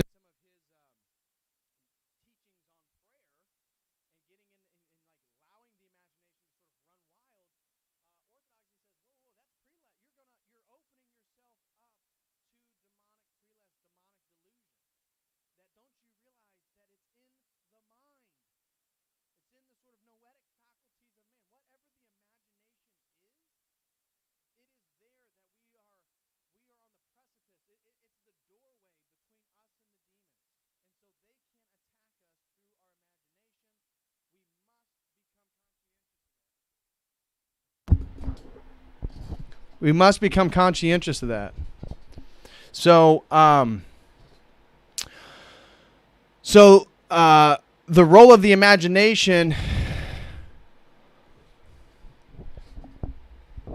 Can you guys hear me now? Check, check, check. 1 2 1 2. It shows my audio is good on my side. Okay. So yeah. So we don't call Ignatius a saint, the Catholic saint. But the role of the imagination is viewed very differently between the Orthodox and the Catholics, and definitely between Orthodoxy and the sort of psychedelic spiritual paradigm. The next one I would say is support for the patriarchy. Orthodoxy is explicitly patriarchal. So a big difference between us and the psychedelic paradigm is we're not apologizing for patriarchy. Certainly, like Terence McKenna, we don't believe this to be a sort of detriment to human history or a sort of a contagion or a sort of tumor in the sort of psyche of mankind. The patriarchy is the correct way in which order is maintained because men maintain boundaries.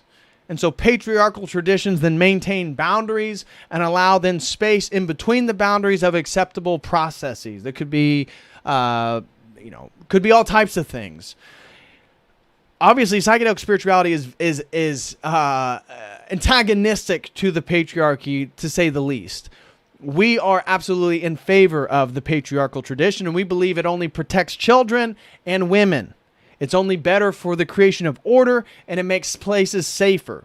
So in the Orthodox worldview, we equate the patriarchy with order, and the absence of patriarchy as chaos. And chaos is where evil thrives. So we believe that that the patriarchy is essential for maintaining correct order, which is consistent with our epistemological, metaphysical, and moral understandings of God and the Logos and all this different stuff. And of course, why Jesus Christ would be a man, not a woman per se, because I believe these aspects. So the emphasis on spiritual advancement is tied to morality. This is a major other distinction between orthodoxy and the psychedelic paradigm is you do not advance oneself through gnosis. It's through morality. And really, when you think about it, it makes the doorway of salvation, yes, the path is narrower, but the doorway is wide open for everybody. You don't have to be an intellectual. You don't have to be a mystic. You don't have to be going into these various rituals to be saved in orthodoxy. You have to live morally. You could be a dumb person, quote unquote. You don't have to be a high IQ person to reach the kingdom of God. It's about the way you act. It's about your morality. It's about the way you utilize your God-given free will. That is what you're judged on. And so, I think that is, again, another major distinction between us and the psychedelic paradigm is that it's through morality, not gnosis, not knowledge. Not experience. It's through morality, objective morality, that you advance spiritually. The next one is the role of sex and sexuality. For orthodoxy, it's about building strong families, and that sex and sexuality happens within the context of a marriage.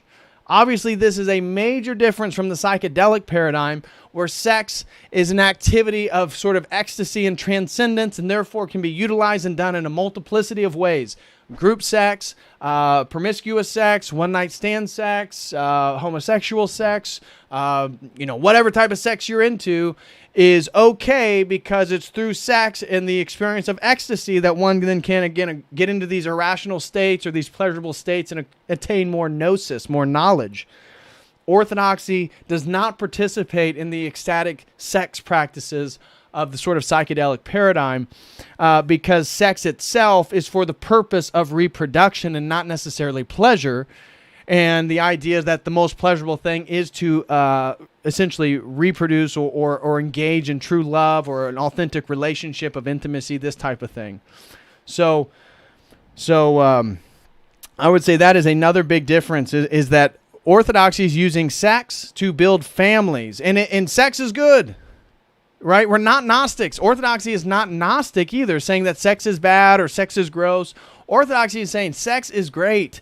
Have sex in marriage, build families, have babies, go to church. So it gives you the green light for all that. And I would say that's a major distinction between us and the psychedelic paradigm. Another one is a personal creator God. The psychedelic paradigm, it's very difficult to find a quote-unquote creator God, a single personal, especially a personal God. They don't have a personal God. So personal God doesn't exist in the psychedelic paradigm. They have abstract conceptual gods or the cosmic self or the cosmos or the divine mind, however they want to frame it.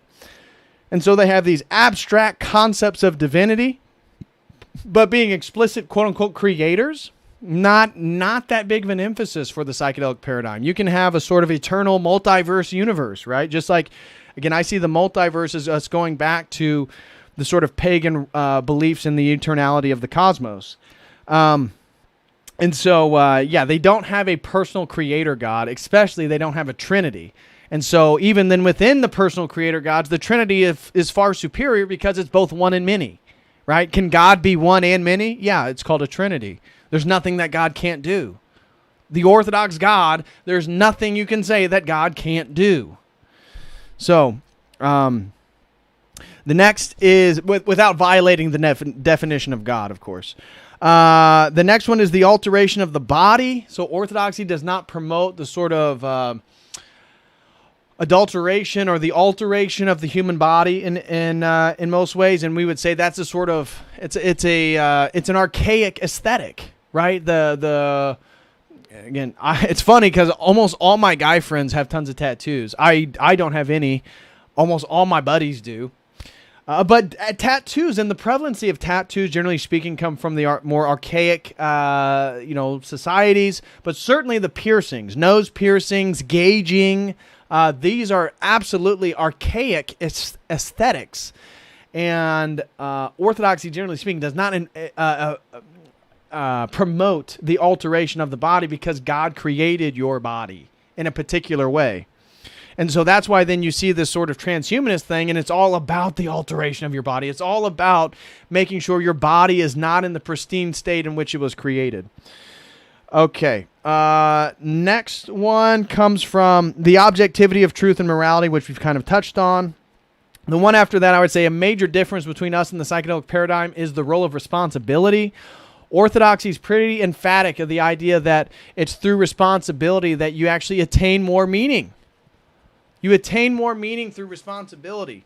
This is not emphasized in psychedelic spirituality at all. Again, pleasure, happiness, the law of attraction, these are much more emphasized. So in orthodoxy, maturation, whether you're a man or a woman, is a process of taking on more and more responsibility for the purpose of somebody else, usually. Taking on responsibility for somebody else. That's what Orthodox marriage, martyrdom is. That's also what having children is. And so I would say that as a process of meaning is certainly absent within the psychedelic worldview, which is all about just hedonistic pleasure. The next one I would say is the role of the will, as I kind of talked about earlier, is our will is trying to align with God's will. Because they worship the self and the cosmic self, they're actually following their own will. They're worshiping their own will to essentially lead them to the cosmic self. That is a major difference between us. And so reality is illusory. That is the last one. Major difference is we don't believe reality is an illusion. I don't believe I'm an illusion. I don't believe you're an illusion. I don't believe this book is an illusion. It's all real. It's all real. But there's certainly different levels of reality in the Trinity and God. These are at a sort of higher order of reality, of realness, but it's all real. This isn't an illusion. How you treat people and what you do with your free will and the choices you make matters. It affects people. You're going to be judged on it. It really matters. This is not an illusion. So, anyways, guys, that is going to then conclude today's stream. I hit a lot of topics for you guys. I mean, we talked a lot about, again, the Psychonaut to the Orthodox and why there is so many people that are converting to orthodoxy from the sort of Psychonaut New Age religion. It's really profound and interesting. And so hopefully this video was me sort of categorizing a lot of my thoughts on this topic and trying to articulate them to you. So hopefully that is useful in some way. I'm not sure how useful it is, but yeah. Anyway, smash that like, guys. I'm going to now dive into some of these super chats. And so really appreciate everybody being here. Please smash that like. I apologize for the brief muting of the mic there. Okay, so, all right. First super chat comes from the Genghis Khan. Shout out to Genghis Khan. Throws in a $9.99 super chat with no message. Thank you so much, Genghis Khan, bro, for all your support. Thank you, brother. You've been super chatting basically, every stream more recently. So thank you so much. Shout out to Genghis Khan. God bless you, bro, for everything you do. I really, really, really appreciate the support. Again, major shout out to Genghis Khan. Guys, smash that like too if you have not. Smash that like. Also, everybody who is so psychedelic and New Age to Orthodox, leave a comment on this video so other people who are in the New Age and psychedelic can see how many people really are finding truth and finding God in the orthosphere. Next super chat comes from Greg. Greg throws in $4.99. Shout out to Greg. No comment. No comment, Greg. So there's a no comment. And so then next super chat, thank you very much, Greg. Don't know who you are, brother, but thank you very much for the $4.99. I really appreciate it. Next super chat comes from Stand Up. Stand Up. I get it now. Stand Up throws in $4.99. He said, I was led to psychedelics through Rogan in high school. I tried DMT in college and didn't break through. Only saw a bright light and felt God's protection. I'm a Catholic now. Well, Stand Up. I can relate to some degree. I can relate to you, bro, that, I got interested in The psychedelics, I got it through Terrence McKenna and Alan Watts is how I got into it, is through the lectures and stuff I found online. And I started smoking weed a lot during my first semester of college, which I actually went to go play basketball at a place called Manchester College in northern Indiana. Had a heart murmur, wasn't able to play until I got cleared. By the time I got cleared, earlier games, the first game of the season was getting ready to start, and because I wasn't playing, I got into smoking weed and going on cruises and listening to music, and really didn't have a desire to go back through the whole, basketball thing. So I ended up just leaving, and that's what started my career, is like trying to learn things and become smarter. So, yeah, that is my journey into psychedelics, was through the sort of cannabis use, the regular cannabis use, and then finding Terrence McKenna and Alan Watts talks. This is probably like 2010, around 2010. And then by 2011 and 12, I was definitely into the psychedelic New Age spiritual worldview. So, well, stand up. God bless you, man. So good to hear that you found God and that you got out of all that. And I'm sure God was protecting you. I did not break through the DMT realm. And I tried multiple times, smoked as much as I absolutely could get my hands on, and I could not break through. And looking back, it probably was providence. It probably was God's protection to some degree. So stand up. I can relate there for sure. God bless you, bro. Now we just need to work on you become orthodoxy. Stop following the Pope, bro. God bless you. Stand up. Thank you so much, bro, for the $4.99. I don't mean to be antagonistic or anything, but we would love for you to become an Orthodox brother. So keep on. Stay on your journey. Stand up, and we can certainly pray for you if you want us to give you your real name. But we would love for you to become part of the Orthodox Church for sure.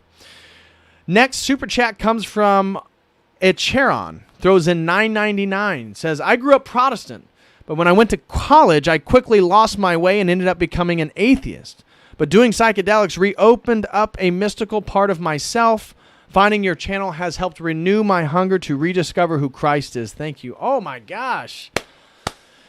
Well, God bless you, brother. Thank you so much. If my channel has helped you in any way, glory to God. Glory to God, not to me. But Acheron throws in $9.90. I got to read this again. He says, I grew up Protestant, like so many of us. But when I went to college, I quickly lost my way and ended up becoming an atheist. I was briefly an atheist, maybe just briefly. I was into psychedelics and like martial arts. So my loss of Protestantism was quickly filled with like Eastern mysticism and drugs. But doing psychedelics reopened up a mystical part of myself, says Acheron. Absolutely. I think the drugs absolutely reified and reassured me that there's a spiritual reality there. And then he said, finding your channel has helped me renew my hunger to rediscover who Christ is. Wow. Wow.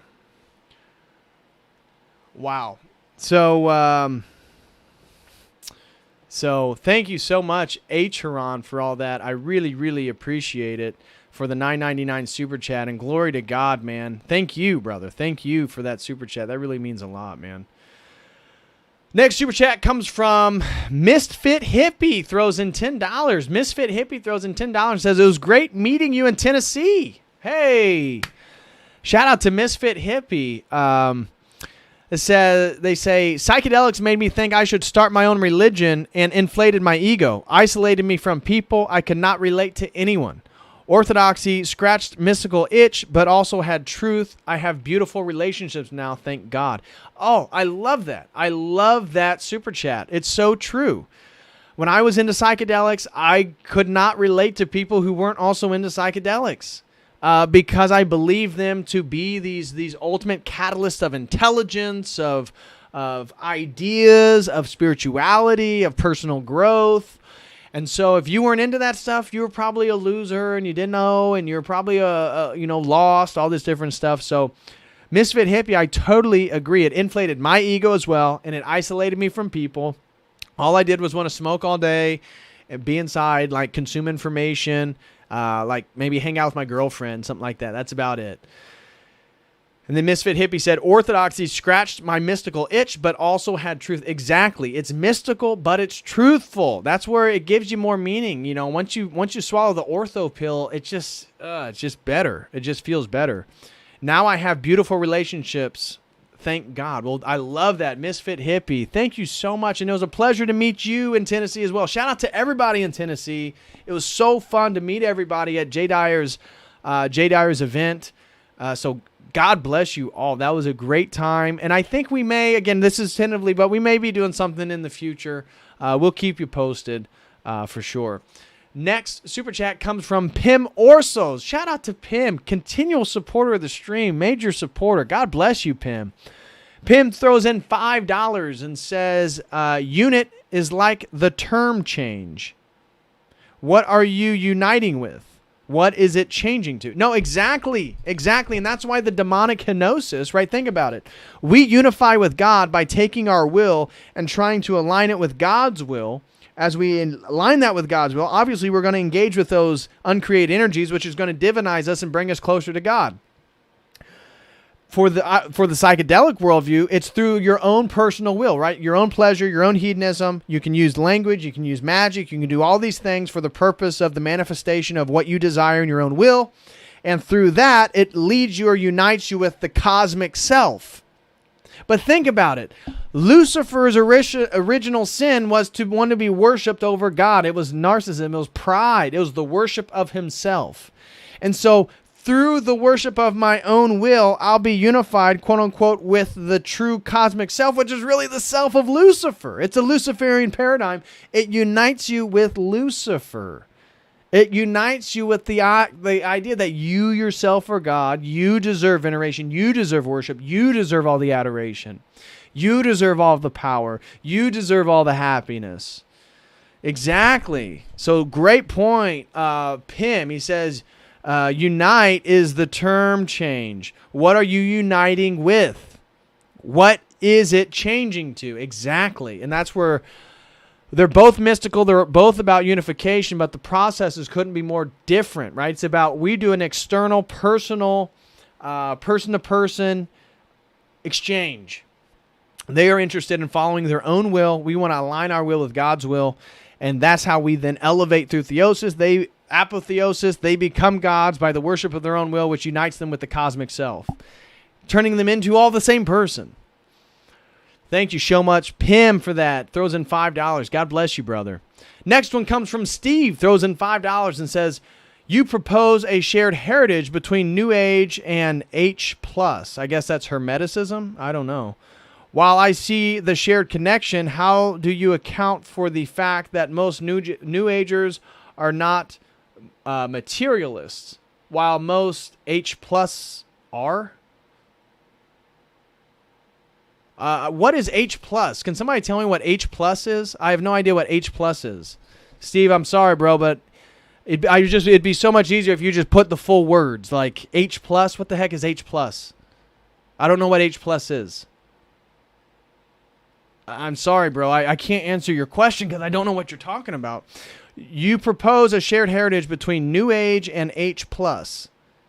While I see the shared connection, how do you account for the fact that most New Agers are not materialists while most H+ are?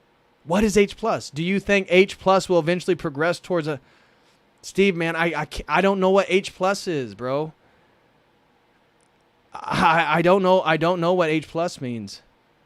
Transhumanism? H+ is transhumanism? Okay. Yeah, I don't know. I didn't know H+ was transhumanism. Okay, so if it were, we'll based on most people said transhumanism, so I'll answer it based on he's asking regarding transhumanism. So Steve says for $5, you propose a shared heritage between the New Age and transhumanism. Yes.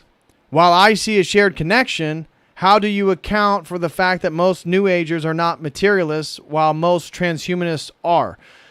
First of all, that's a misnomer of categories. How is a New Ager not a materialist? And how, I mean, because for a transhumanist, they believe in sort of transcendental reality in some degree.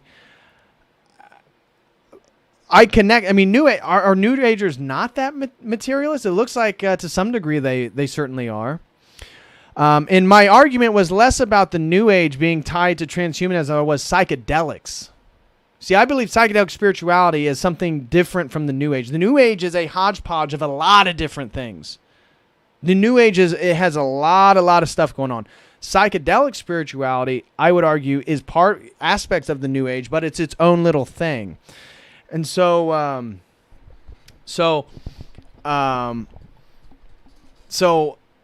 I argued, and what my research argues, is that psychedelics are materials.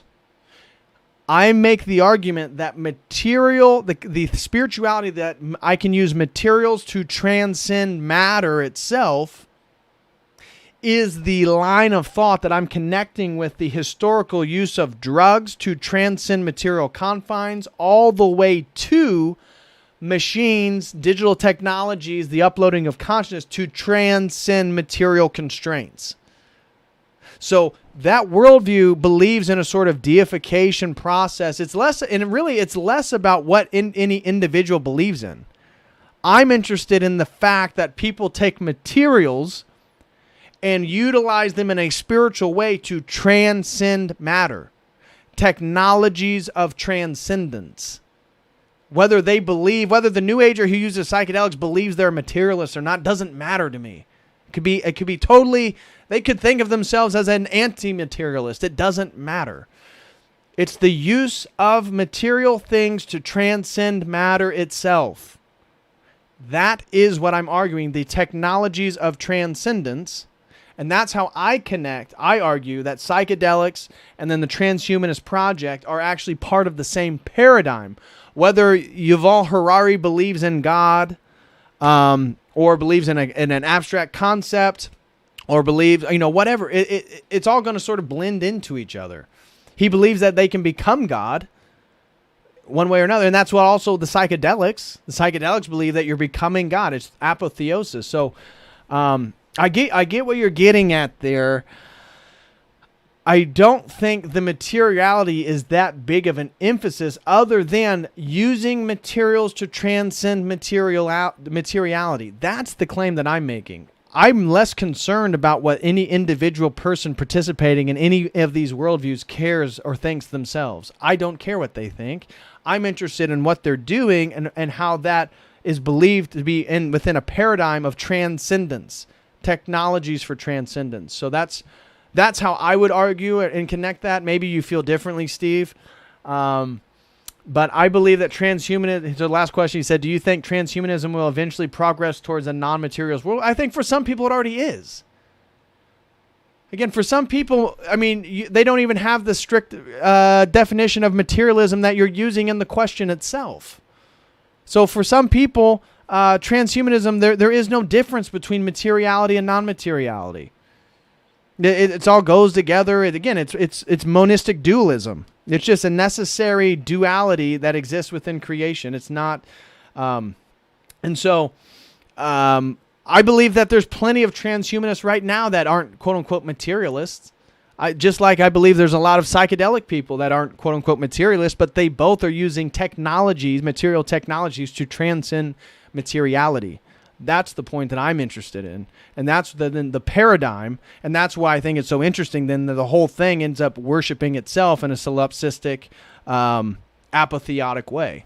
So thank you very much, Steve, for the $5. Again, apologize. Didn't know what H plus meant, but I hope it meant transhumanism. And I hope that helped clarify sort of my own personal position regarding that topic. So less concerned what most people aren't even going to be able to know what materialism is at a philosophical level. So I really don't care what people think themselves. I'm curious what they do and why they're using certain things for certain purposes. So thank you, Steve. Next super chat comes from Ed, throws in $5, says, this message is so important with the popularity of psychedelics. Thank you for sharing it. From personal experience, I can say that psychedelics are not the way. Ed, I totally agree. I think they're pleasurable. You can have great fun experiences. Some of the funnest times, or at least like ecstatic experiences I've ever had, were on drugs.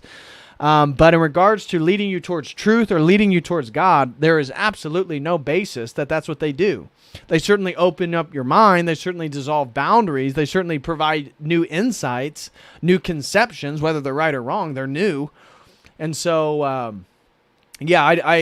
don't see how psychedelics should be equated with enlightenment or divinity, of which I'll be debating tomorrow night on the Crucible against P.F. Jung. So if you guys are interested, make sure you join that debate to be my first public debate tomorrow night on the Crucible at 9 o'clock.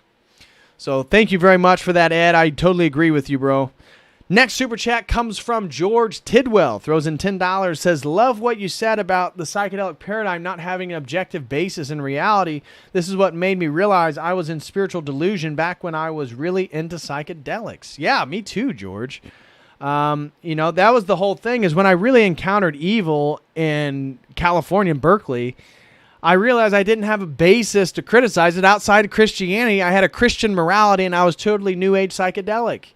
And once I realized that I actually can't have the morality that I had and maintain the worldview that I had, things needed to change. And that definitely prompted me and set me on a journey, which obviously led me back to orthodoxy. So George Tidwell, I can totally agree. Again, George said, love what you said about the psychedelic paradigm not having an objective basis in reality. This is what made me realize I was in spiritual delusion back when I was really into psychedelics. Yeah, me too, man. And that's what then set me on a path of trying to figure out an answer, like objective truth claims, objective morality, all that stuff. So I totally agree with you. Thank you so much, George Tidwell, for the $10. Next super chat comes from Veronica. Throws in $5. Shout out to Veronica. She says, you in chat have been so patient and helpful to me while I search for an ortho church in my area. Today, a man named Father James from St. George, Houston, reached out to me and gave me his contact. What are the most important questions to ask? Thank you. Well, Veronica, that's great. Congratulations. Hope you actually talk with Father James. What the most important questions to ask? I guess just get a feel for him. Just be honest. Talk to him about how you feel, your concerns. Also, see if you get a feel of whether he's progressive or not. If he's liberal or he insinuates maybe some liberal ideas, that would be the only thing that I would say stay away or be cautious of. But generally speaking, all the Orthodox priests are great. So if you found Father James, speak to him, talk to him, ask him questions, talk about your concerns, see what vibe you get. If things go well, go to church, go meet him in person too. Don't just talk to him. Go to church this Sunday to St. George and say hi, meet some people, and see how you feel. And then if you're not sure, go to another church, talk to somebody else. Maybe you'll feel better, maybe you'll feel worse. Maybe it'll give you the perspective to see how you're supposed to feel. So, Veronica, that's great though. And I definitely said a prayer for you the other night. So I'm really glad to hear that somebody reached out to you and that you're going to be attempting to go to a church. That would be great. So again, shout out to Veronica for the $5 super chat. She said, you in the chat have been so patient and helpful to me while I search for an ortho church in my area. Today, a man named Father James from St. George, Houston, reached out to me and gave me his contact. What are the most important questions to ask? Thank you. The important questions are different for each person. I mean, you can talk about catechism and, but you just need to talk to him about wherever you're at, your concerns, your spiritual development, and just get a feel for him. It's very personal. It's not a one size fit all. So if you get the vibe that he's pro mask and stabbies, that's the only thing I would say. If he's an ecumenicist or pro some of that stuff, I would say stay away. If he's not pro that stuff, then I would say just spend more time. So thank you very much, Veronica, for that $5 super chat. Next one comes from Bone Man 538. Oh my gosh, he threw in 2 super chats. Bone Man 538 throws in a $10 super chat and a $100 super chat. Thank you, Bone Man 538. My gosh. Bone Man 538 said, and the daughter of Zion is left like a booth in a vineyard, like a lodge in a cucumber field, like a besieged city, for those who miss the bride and are like the foolish virgins with their oil. Boneman538, shout out to Boneman538. Always has great super chats. Always has great comments. Love you, bro. Boneman throws in $100 and says, love you, bro. Love you, Boneman538. Man, you've been such a continual supporter, brother. Thank you so freaking much for everything you do, man. You have supported the channel so much. Again, Boneman538 always has great super chats. Thank you, brother, for the genuine $100 super chat. He says, love you, bro. I love you, Boneman538. And he said, for $10, and the daughter of Zion is left like a booth in a vineyard, like a lodge in a cucumber field, like a besieged city for those who miss the bride and are like the foolish virgins with their oil. Oh, man, I love that. And I know Boneman538 had his own experiences with the sort of psychedelic reality, the sort of psychedelic world. So God bless you, bro.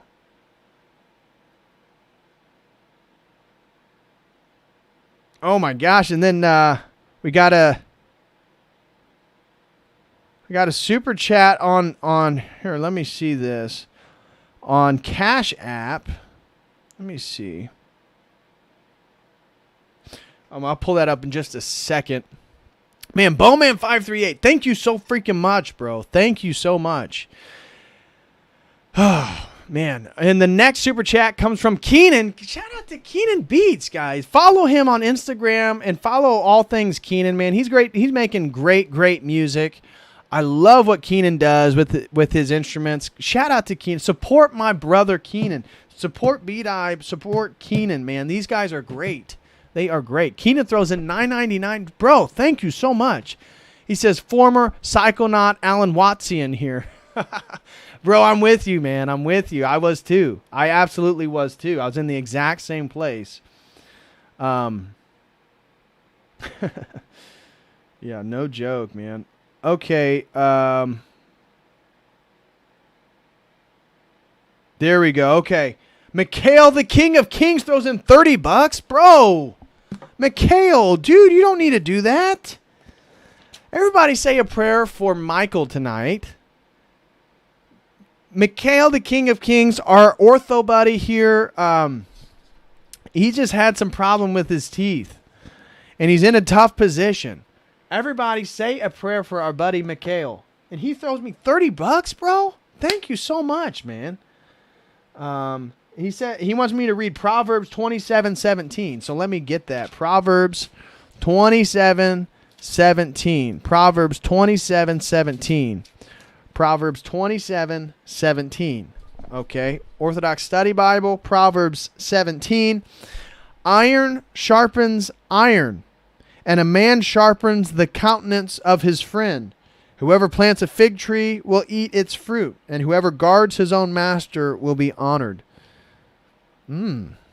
Yes, I love that. 27:17 is one verse. Iron sharpens iron, and a man sharpens the countenance of his friend. Amen to that. And we got a footnote for this verse. It says, iron is a dull metal, but it glistens when sharpened. Man's nature is like iron, that it becomes dull through the deceptions of sin. It is good underneath, but in need of sharpening, that it may glisten and show its true nature. Similarly, true friends sharpen one another so that God-given virtues may develop and shine on the countenance. What a great verse. Shout out to, again, Mikhail, the King of Kings. And he also has a sponsored stream that I will be doing. Thank you so much, brother, for the super chat. Again, that was Proverbs 17,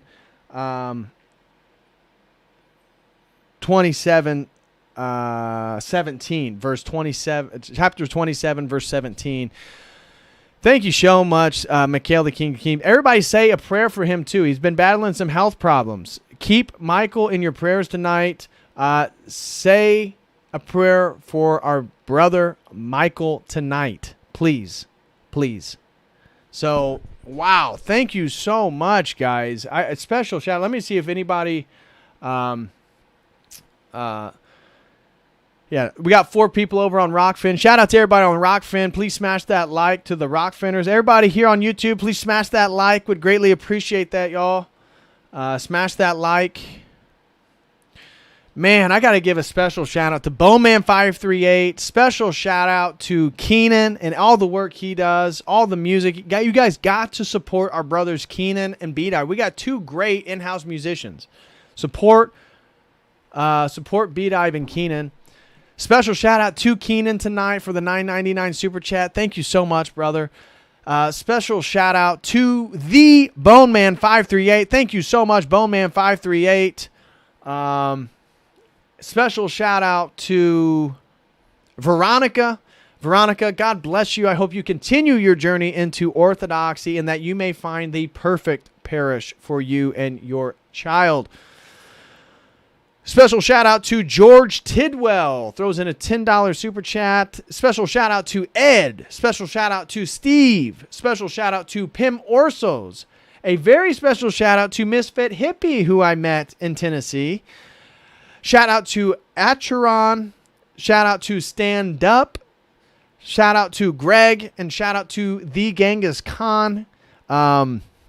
And wow, that looks like it's everybody. Thank you guys so freaking much for tonight. I really, really appreciate all your guys' support. Again, if you guys can, say a prayer for Michael.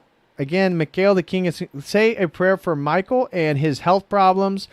And also say a prayer for Veronica that she may find her home, find the perfect Orthodox church for her. So really, there'd be 2 people, a brother and a sister in our community that we could all pray for tonight. Pray for Michael and pray for Veronica. And again, God bless you all. Thank you so much. Keenan, Bowman538, Veronica, George Tidwell, Ed, Steve, Pim Orsos, Misfit Hippie, Atron, Stan Dupp, Greg, and Genghis Khan. Thank you all so much. And shout out to everybody over on Rockfin. I will be back Friday with a stream. Again, tomorrow night at 9 o'clock over on the Crucible, I will be debating P.F. Young on Do Psychedelics Lead to Spiritual Enlightenment?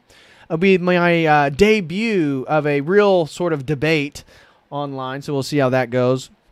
Thursday afternoon, I'll be on Jim Bob's stream, made by Jim Bob. He streams every day at 1 o'clock Mountain Time, so I will be on 3 o'clock Eastern Standard Time with Jim Bob Thursday. And then I'll be back Friday with another stream, which will either be our sponsored stream on Hebrew roots or a topic I've come up with. I don't have a topic, so most likely I'm going to do research into Hebrew roots from now until Friday, and we'll do that sponsored stream then. So, guys, thank you all so very much for the support. Please smash that like, and I will be back on Friday night. And as always, until then, God bless.